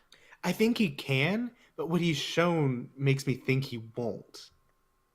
I think this really is a make or break split for this team. I think I if this is agree. another split where if you win 5 or 6 games this split, if I'm CLG, I'm looking at a blow up, right? Like I'm looking at like, Yep. okay, I'm keeping Wiggly and I'm maybe keeping Power of Evil and I'm looking at just changing the rest, right? That's what I thought was going to happen anyway. Yeah, and I think it's tough to do that in the middle of the year. Yeah. But I think this is really a make or break split for this iteration of CLG because, I mean, Which this is is it's sad. this is a historic franchise, right? Like, Yeah. this is one of the four golden boys of the LCS, Yeah. and they're the only It's ones who haven't been able to keep up. it's sad because in the past they were the family team, like I said, and that has been kind of since replaced by Cloud9. And Yeah, so it just kind of feels like these guys who just are there, and sometimes they might have a good game, and everyone kind of gets excited for it, and everyone remembers when they were better, and they're just not. yeah, yeah. I agree with that. And we haven't even talked about Biofrost. He's whatever. Yeah, he's been That's bad. No, and I will say Biofrost. I think I'm allowed to go out on a limb and say he's been bad. and I think part of that comes down to he is not a shot. He was known as one of the quietest players in the league, Yeah. and they just kind of forced him into a shot calling role, Yeah, and again, I think that's which another makes reason no why sense. I think having Wiggly on the team is going to be good for this roster. Yeah. Because Wiggly's vocal. Wiggly is a shot caller. And Yeah, I think that's going to help this team a lot. I just think, I don't know if they need chemistry or if they need talent or I don't know what they need. I think this split is going to tell Yeah. us. If We'll they find go an out. entire split and win 5-6 games, I think that's when you know that you have to do something different. Yep. All right. Any final thoughts for CLG before we move on? It's make or break. We'll find Make or out what break. happens. Yep. All right. Moving on to the team that tied with CLG for 7th, Optic Gaming. Yep. So, Optic. We Um, we both have Optic dead last. Yeah, we both have Optic in 10th. And I think that's unfortunate because I think there's something here. But also, I don't. You know, like, Every other team I can look at and be like, yeah, this is the player that might take over or something. And with Optic, the only one I can look at is like, yeah, maybe Crown. yeah, and But he Crown's has a good such player. a weak, Like, I don't want but he has to. such a weak support around him. Yeah, the team is just so weak around him. I think. It's like Meteos might be able to help him, but like You just I don't know. He's barely been a player recently. He's right, he's and been honestly, when he's a coach, played, a caster, an hasn't even been analyst. that great. I think and I it's mean, just to be fair, tough. it's not entirely on him because, like I said, he plays like 25% of his time is spent playing. The rest of it's spent doing other things. Right. He's objectively spending less time practicing Which than makes it everyone even else. more interesting that, and I know I harp on this, right? And I know there's probably a reason, and I'm not going to pretend like I'm the smartest guy in the room, right? Yep. But you have Dardoch in Academy, Yeah. and this is a team that desperately needs something, like anything, to ignite them, right? And I understand that he's such like a feast or famine type player, Yeah. but I feel like you get to a point where you take that bet, right? So yeah, so we've jumped straight to jungle, but I think we need to start with top lane, right? And I can go on a full rant top lane here, Okay. and not because Let me have of Dokla in particular, but just because I think it's pretty unacceptable to go into summer with him still as your top laner. Especially when there's options. You had available There are so many options. good options in Academy right now that you could pick up. When Darshan got released off CLG, there is no Yeah. reason that Optic doesn't call him and say, "What do you want?" Right? You are better than Dokla. Right, because he is. He is better than Dokla. Darshan at his worst looked better than Dokla did. And like, Like, there's even guys that I know, maybe some casual LCS fans might not know too well, but guys like Brandini and guys like oh yeah, he would Kumo. have been great. And if you just don't want to lose lane like Dokla keeps doing, just Right. I mean, it's just I don't know. It's just so strange to me that they he stuck was with like a Dokla. free win top lane for whoever he was up against. And it Yeah, was he so had a weird. very bad spring. I think to the point where I'm just shocked they didn't replace him. But I don't want to I don't want to sit here and just crap on Dokla, right? Yeah. Because I feel like that's rude. Can you think of any good moments or Well, good? he's a good split pusher, like that, and that's what he did well when he was successful. Was they put him on Yes. something like Gnar, and they just let him like they attracted pressure when they had Power of Evil on the team. They attracted pressure to other parts of the map, Brandini. and they just let him be alone, right? And he just played his own little game up there. I don't know if you heard me. I went cough Brandini. Yeah, right. For anyone who doesn't know, he was a substitute player who they would put in. He was on C9, right? Brandini is on TSM. Oh yeah. No, who was he on? Is what I'm asking though. Formerly was on a few teams. He's been on Echo Fox. Who else has he been on? He wasn't on P1, was he? Yeah, he was on P1. You're He right. was on P1. That's what I was thinking. And they would put him in whenever they just wanted to play a split push game, and no one in fucking league could match him split push. No one. It was really weird. And honestly, Brandini's obviously grown into a better player than that at this point. Uh-huh. But like, I just don't. There's so many, even like North American options. Yep. For top lane that I just don't understand why you would go with Dokla again. Yep. And then going back to Meteos. I would rather see Meteos on the caster desk, not because he's a bad player, but I just really. He's a good caster. You're right. Yeah. I'm not even casting, just analyst or whatever. He's great at it. He has And I think my that's why favorite he's quote still of all playing. time. He what? He has my favorite analyst quote of all time, What is that? which is, "I think NA's not doing so well because they're not very good." That's right. I think the reason he's still playing is because he's so smart. He has the brain of an analyst. Yeah, right. This guy's like a fucking genius. Like, Yeah, I mean, he knows the game very inside well. and out. Yes. The biggest problem is, like I said earlier, he spends 25% of his time practicing, and the other 75% doing other things. Yes. So, And again, I hate to harp on this point, but like, how long can you really keep Dardoch in Academy if this team is losing and losing and losing and losing? You know. and the fear is Dardoch is the kind of player we like to make fun of that one clip where he went in 1v5 in like a solo queue game and just died and went, Yeah. that didn't work.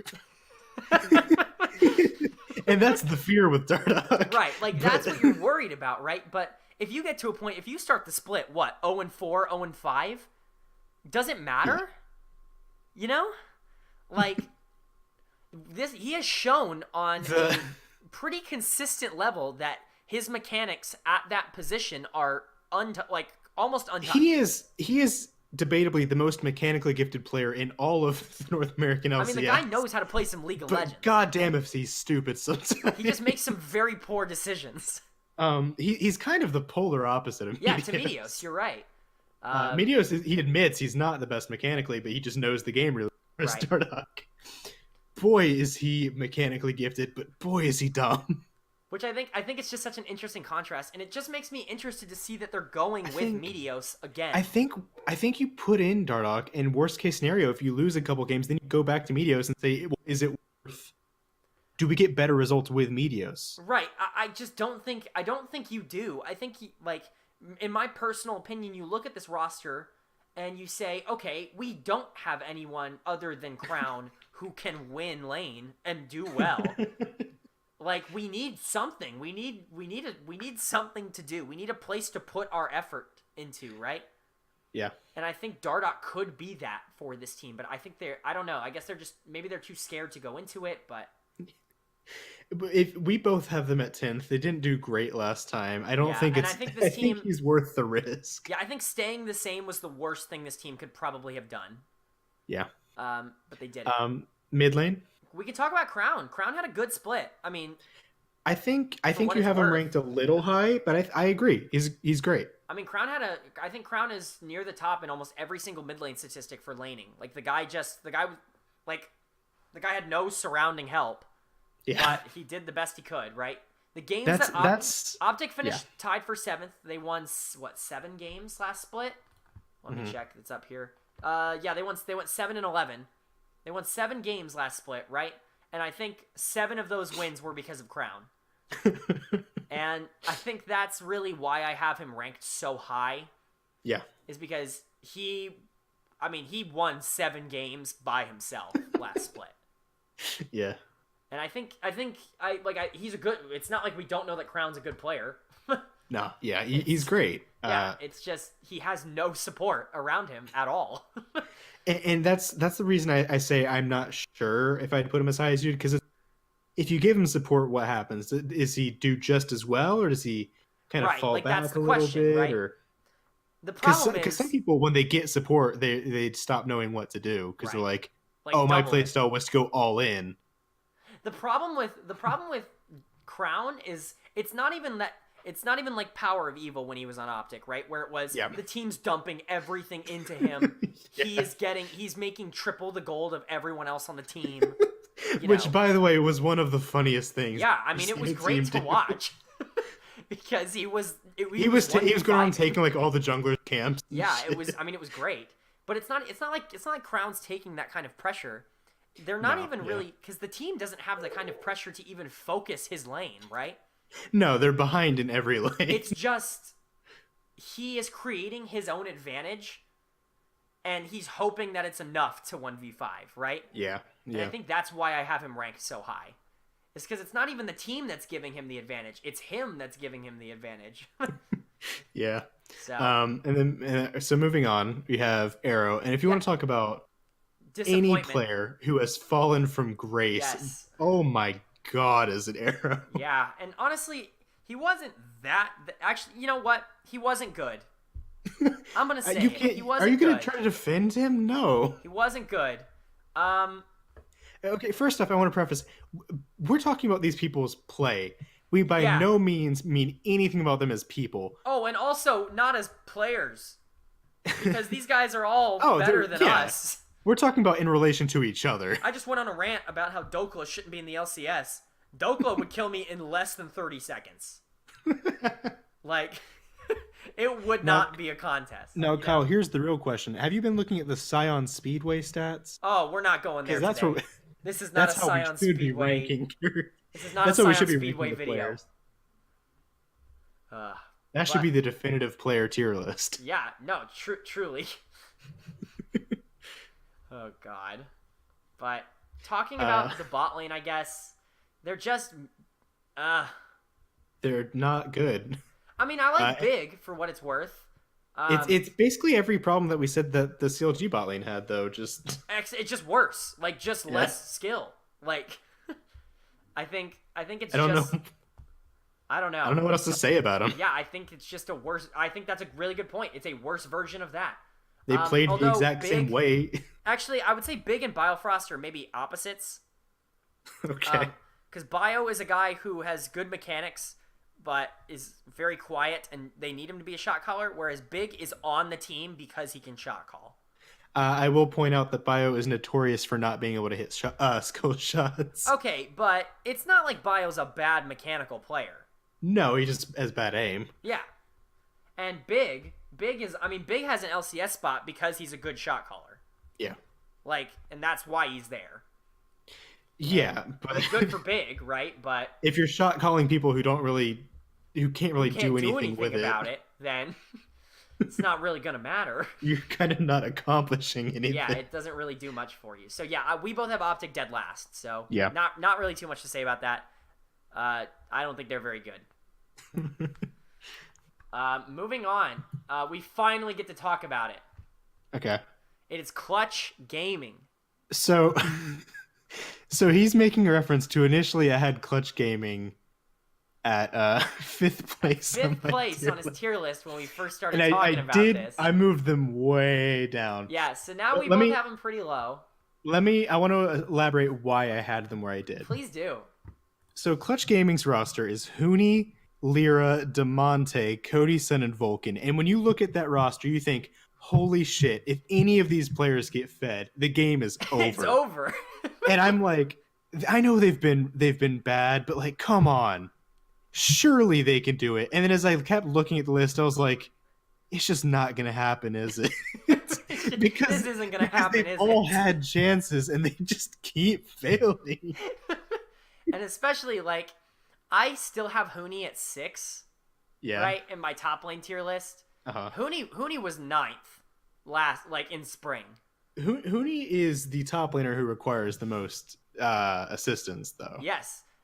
And the funny thing is, Huni is the type of player, you'll give him assistance and he'll be like 3-0 and the enemy top laner will be 0-3 and he'll still die 1v1, but then he'll still carry the game. Yeah. And it's like, I just don't know what to do with that, you know? He's the guy who played in America, then went to SKT, and then back to America. Nothing about him makes any sense, which is why I had them so high. Yeah, Nothing about this team makes sense on paper. None of this team. And honestly, I think a lot of the reason I have them low at 9 is because at this point, I'm willing to... I know it's only been one split, but I think at this point, I'm willing to go, all right, Huni and Lyra, not going to work. Which is weird because they're on paper, they should both be good players. They should be fine, but boy howdy did that not work at all. Just not even a little bit. Yeah, no. I think that was the biggest takeaway from last split for me was Huni and Lyra are not gonna, do not work together. And I don't know if that's... I don't know how to feel about that, but... yeah. I think the rest of this team is... So we gotta keep going, because we gotta get... We gotta get there. So we got mid lane. So, Demonte. I'm a fan of Demonte. Okay. And I've been a fan of Demonte's, right? Yep. He played well when he came up on Fox, good enough to replace Phoenix. And then, obviously, goes over to Clutch. He does enter a bad situation. I will give him that, right? Uh-huh. Like, he is a mid laner on a team that has no cohesion. And I think that's hard, right? That's hard to play on. Uh-huh. And it's not... Because he's mechanically good. He's a good player. Uh-huh. I just don't think that he's not explosive. He's not like... he's not someone who can take over a game. Yep. But, he's also... I feel like he's better than he was last split. I don't know. I like Demonte. I just think it's a bad situation for him to be in. It's another one of those things that on paper you're like, oh, who? Okay, yeah. Lyra, yeah, not bad. Demonte, okay. And then you put them together and it just doesn't make any sense. They don't gel, right? It doesn't work. It's like they're all playing 3 separate games of League of Legends. Right. And the footage has just been compiled into one game. One game. And then here we go. We get to talk about the bot lane. Kyle's favorite League of Legends player. Okie dokie. So, would you care for those to go? of you who don't follow me on Twitter, me and Cody Sun, I have a little bit of a mental history with Cody Sun. Cody Sun's given me the only aneurysm I've ever had in my life. Is that real? A little bit. I've never experienced the same feeling I've experienced while watching Cody Sun play League of Legends. So we were talking about Dardoch, and how some of his plays just don't make sense. Oh, honestly, I'm gonna go out on a limb and I'm gonna say Cody Sun is worse. So that's the thing. With Dardoch, you can at least usually see what he's trying to do. Never. Okay. PSA to anybody, literally anybody playing against Clutch Gaming this split. Let him pick Tristana. Just let him do it. He's gonna be fed. He's gonna have 11 kills at 10 minutes, and he's gonna jump straight into all 5 of you and die. So with Dardoch, he'll pick like a really mechanically difficult champion or something, and he'll see the all-in, he'll see the 1v5 and think, yeah, I can maybe make it. And anyone else watching is like, no, that's stupid. And he's like, in his mind, he's got it all worked out how it's gonna go, right? And it might not work out, but there's a chance it will. Cody's son is going. Cody He's Sun makes going some to very flash interesting into decisions. He's going to flash into melee range as the AD carry, not once but multiple times. Oh, I will never, ever, ever, for the rest of my life, forget the play at Worlds where he flashed in to melee range and then blasted the enemy jungler right onto Xmithy and got Xmithy killed. And then he And then died. the rest of the team got aced. And I've Okay. just never seen anything like that before. The thing is, he's flashed into the melee range. Like that's just a thing he does. It's the fact that he ulted. It's right. It's the fact that he ulted right into the rest of his team. Which is the most amazing. If this were his team that he were ulting forward somehow, it would have been a crazy outplay. The crowd would have gone wild. Yeah, man, would that have been cool? But man, did it not work? It's just like, what was he trying to do? Right, I think that's the question, right? Is like, there's a lot of plays that Cody Sun makes where you sit back and you go, okay, he did not think about that before he did it, did he? And of course, so that's the play that we're pointing out because that's the most famous one. But he does this shit all. Yeah, the I mean, time. and he's not a bad he's got mechanics, right? We think he has mechanics, and then he does that, and Because he gets fed. That counts as a mechanic. I mean, you're right, but In every other sense, he's very good mechanic. The guy just, I don't understand. He knows how to. I was gonna say he knows how to play League of Legends, but clearly he certainly leaves some. He's an AD carry who thinks that he's a tank. He's playing Tristana like it's Malphite. he plays. He's like, AD I'm ulting carries in, like, baby. Well, no, because he knows he has damage. He's playing it like he's like Zinzao or something. Oh, you're right. He's just a fighter. Yeah, that's what he does. Yeah. And I don't understand He why. just picks Sivir and does it on Sivir.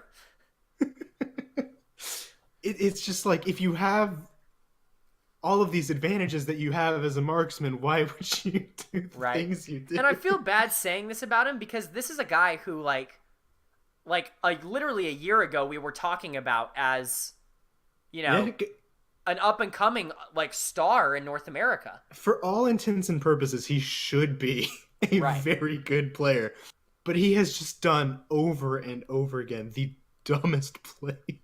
Yes. Like, he's done plays that if you saw, you'd be like, oh, that guy's like 4 or something.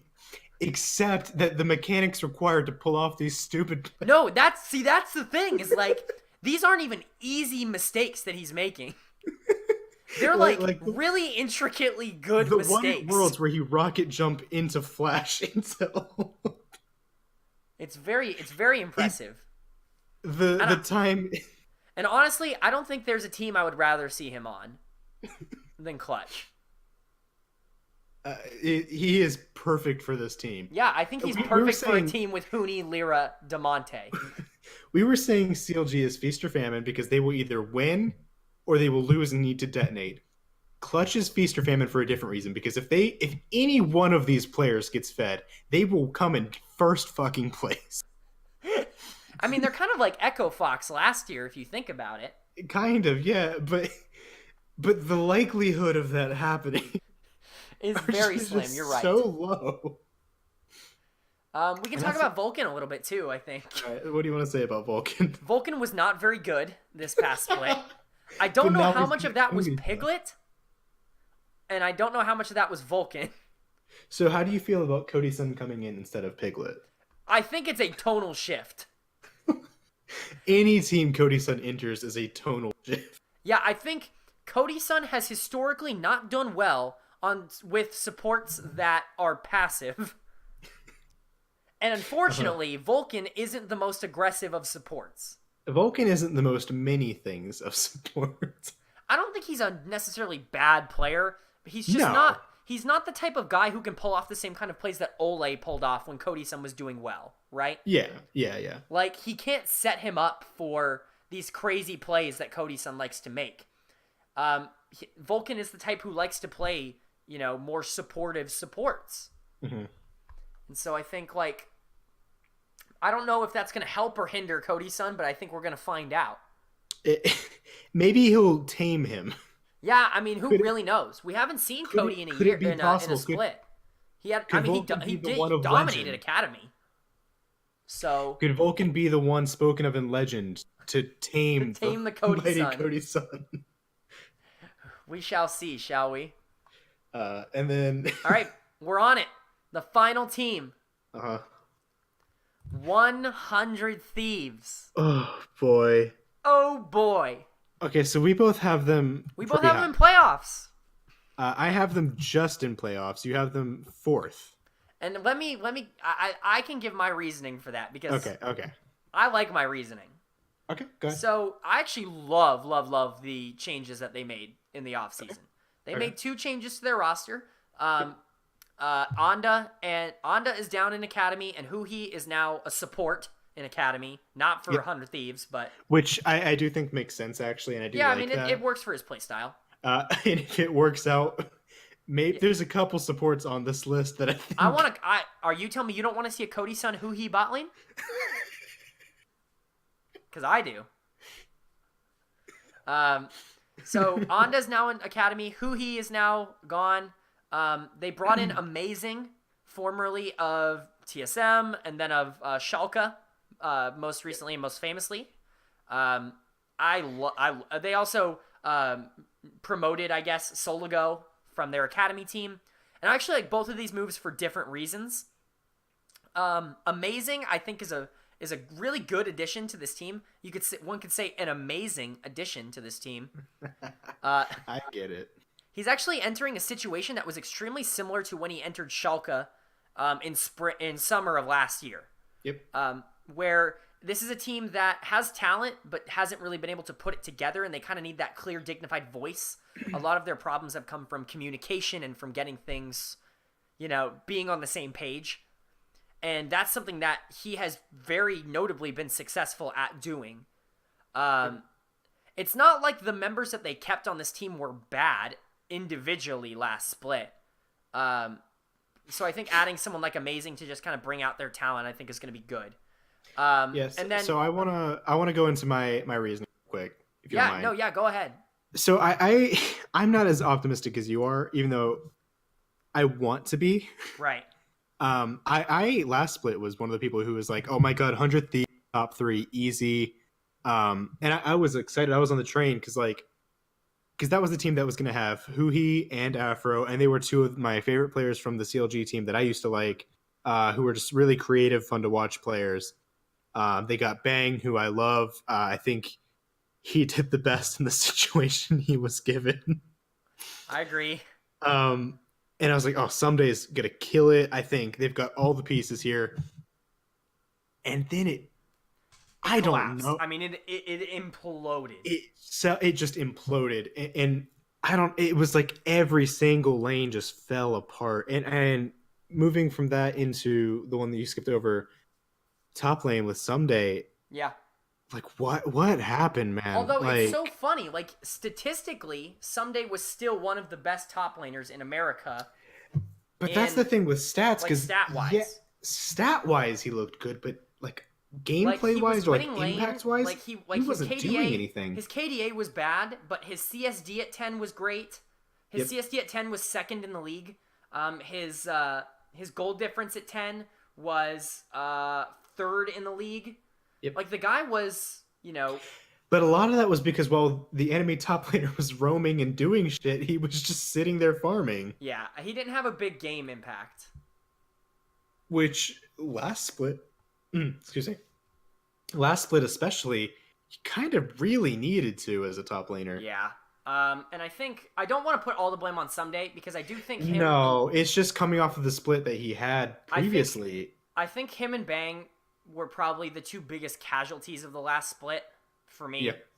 Yeah. Because I think the other 3 members were unbelievably bad for me. Yeah. And like, I don't like saying that about Afro, right? Because I like Afro, but man, you could not defend how he played last split. Like, even compared to the jungle and mid, he exceptionally bad. I Yeah, thought I really do think at times Afro looked like he should not like be on the team. Like if he were he any other player, he yeah, would not be on the team right now. yeah. I mean, like he looked terrible, and I think Um, it's just so strange, right? Because this is a former MVP. This is someone who's been around since season 2. You know, yeah. like Is there real quick? Is there anything else you wanted to say about the jungler, or did yeah. you want to Well, move on I to did mid? want to talk about Soligo for a second. Okay, If, so we'll if move on to mid then. Yeah, just because I actually really I like the thought process behind this, and it does I think I'm really hoping Soligo is good, right? Yep. And I'm hoping this team does good because I think I really like how this is a team that yeah they have a roster that's built to try to win, right? With Mm-hmm. Someday and Amazing and Bang and Afromu, but they're still investing in talent that comes from their system. Yep. And I think if that's something that does end up working out, if Soligo ends up becoming a good player, he wasn't great when he was on the. Yeah. But I mean, who could walk into that situation and be good, So the thing I'm gonna say is, so he's taking the place of Huhi, Right. and forever I've been a big Huhi defender. I thought when he was getting a lot of hate, you're hating him for not carrying, but you're not appreciating the playmaking he's doing. Right. And I still, to an extent, stand by that. I thought the few games they won, all of them came off of a play made by Huhi, which is why I think him moving to a support role, if he moves up, he might end up working out, because we've said forever he's a mid laner who really shouldn't be a mid Right. laner. I mean, he has that support mentality of He plays like a jungler or a support, and yeah, we've said that forever. I want to make plays across the map, and Yeah, so all Soligo really has to do, as a mid laner specifically, to improve on that, is play like a mid laner. yeah. I mean, really, the guy just has to come in and actually do damage in team fights. If he lanes and team fights, Then he's gonna be better than what they had in Hui. as a role, he will be better. And I think that's what 100 Thieves needs, because their players felt like they were more, because you look at, I think part of the problem is you look at like Someday and Bang, and they're like Korean players who are very defined in the way they play. That's the thing with Korea is, and you look at it with any North American team that's ever succeeded, it was well, not counting Liquid at Yeah, MSI not counting in the Liquid, past. because I think they're kind of an exception to the rule. But Yeah, it was Counter Logic Gaming in C9, and the reasons they won weren't because they really out skilled or out clean played the Korean teams. It was because they out thought them in split second decisions, and they out adapted. And I think the Korean players on 100 Thieves weren't used to the play style that these really flexible players that they were bringing in wanted to do. Yeah, and I think what's been proven by watching MSI this year too is the way to get an advantage over some of the best teams in the world is to pick crazy shit. Is to pick the Syndra bot like Perks did, or to pick the Pyke top like Wonder did, right? Like, and I love that shit. Like, pick something that they're not ready for, Yep. Be crazy. Yeah, have the deep champ pool, have the creative play, outthink them. And I think that's you hope, and obviously I Prolly's a great coach, right? Like, and we've seen that in the past. So you like to imagine that he's smart enough to be able to pick up on these trends, And I'm gonna skip over Bang for a second and go to Afro. Yeah. If anyone can do it, it's got to be him, right? Well, you would think, right? Although if it's not like Afro's rally. champion pool has always necessarily been huge. No, but if anyone can adapt gameplay wise, maybe not champion wise, but like strategy wise, if they can come back, I think it's got to be him, right? Yeah, and I would actually agree. I think the player to watch on this team it has to be Afro. Because he if was Afro plays like he played, bad. Yeah, if Afro plays like he played in spring, then this team is going to miss playoffs. He was arguably the worst player in the LCS. Yeah, I mean, what was his? Let me check his KDA. I'm pretty sure it's below 2. Even if it isn't, it's not even his KDA that was bad. It was just he's a playmaker who wasn't making plays and a shot caller who was not shot caller. And he So admitted it. He even said he was not talking. of qualified players of any position in the LCS, he was the second worst KDA, only in front of Dokla. God. So Yeah, like he admitted he was not talking in games, and he's a shot caller, and he was not yeah, making playmaking. yeah. I mean, So, it's just you don't know what to say, you know. but I think he can shake it off, and if he does, he could go back to being the way he was. But it's kind of on him, I think, because I think the pieces are there. It's just kind of on him. And speaking of pieces, I mean, fucking, I skipped over him, but Bang, like, you cannot overlook this guy, Yeah, right? I mean, this guy, even when this team looked terrible, this guy was winning lane. Like, Yeah, he was doing his goddamn best, even against double core JJ with Afro looking as bad as he did. He stood a chance at least for a little bit. and I think poor Bang is just. I do think that this is going to be a better split for 100 Thieves. I agree. And I think having Amazing on here is going to help a lot. I think having a mid laner who knows how to team fight is going to help. And I think, God, just hoping that Afro can just be. He doesn't have to be MVP Afro, right? No, no, no. He just. He cannot. He cannot be what he was in spring. Yeah. So, yeah. Did we just do it, Connor? We made guesses. I can't say if they were right or not. Probably Yeah. not. I guess I'll probably do like a combined power ranking. I'll kind of average out our two power rankings into one power ranking up on the screen right now. This is our prediction. Like, I'll have mine, then I'll have Connor's on the other side, and then I'll have our combo one in the middle. I hope you edit it exactly the way you just said it, where it's just like things keep popping up and then going away and getting replaced. Oh boy, yeah. I gotta. Well, it's 2:33, and I gotta get this video up before the games tomorrow. So I'm probably staying up and editing this tonight.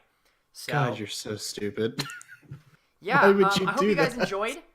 If you did, go ahead and leave a like. I'm actually thinking about making this a little bit more common. We do watch LCS every week, so we might be doing. We might be talking about it a little bit more on the channel. Might be doing. Hope maybe some other regions as well sometime. LEC starts up next week. Be interesting to talk about that too. Talk about LCK, LPL, that kind of stuff. So, if you guys are interested in that, just let me know in the comments. I'm down for whatever. But yeah, if you guys enjoyed, hope you guys leave a like and tell your friends. Right, Connor? Huh? Oh yeah. Oh yeah. His channel's Yeah. gonna be in the description. Click on it. Subscribe to him. He's great. His content's better than mine. Yeah. Hope you guys enjoyed. I will see you all later. Have a good night, everybody. Bye bye.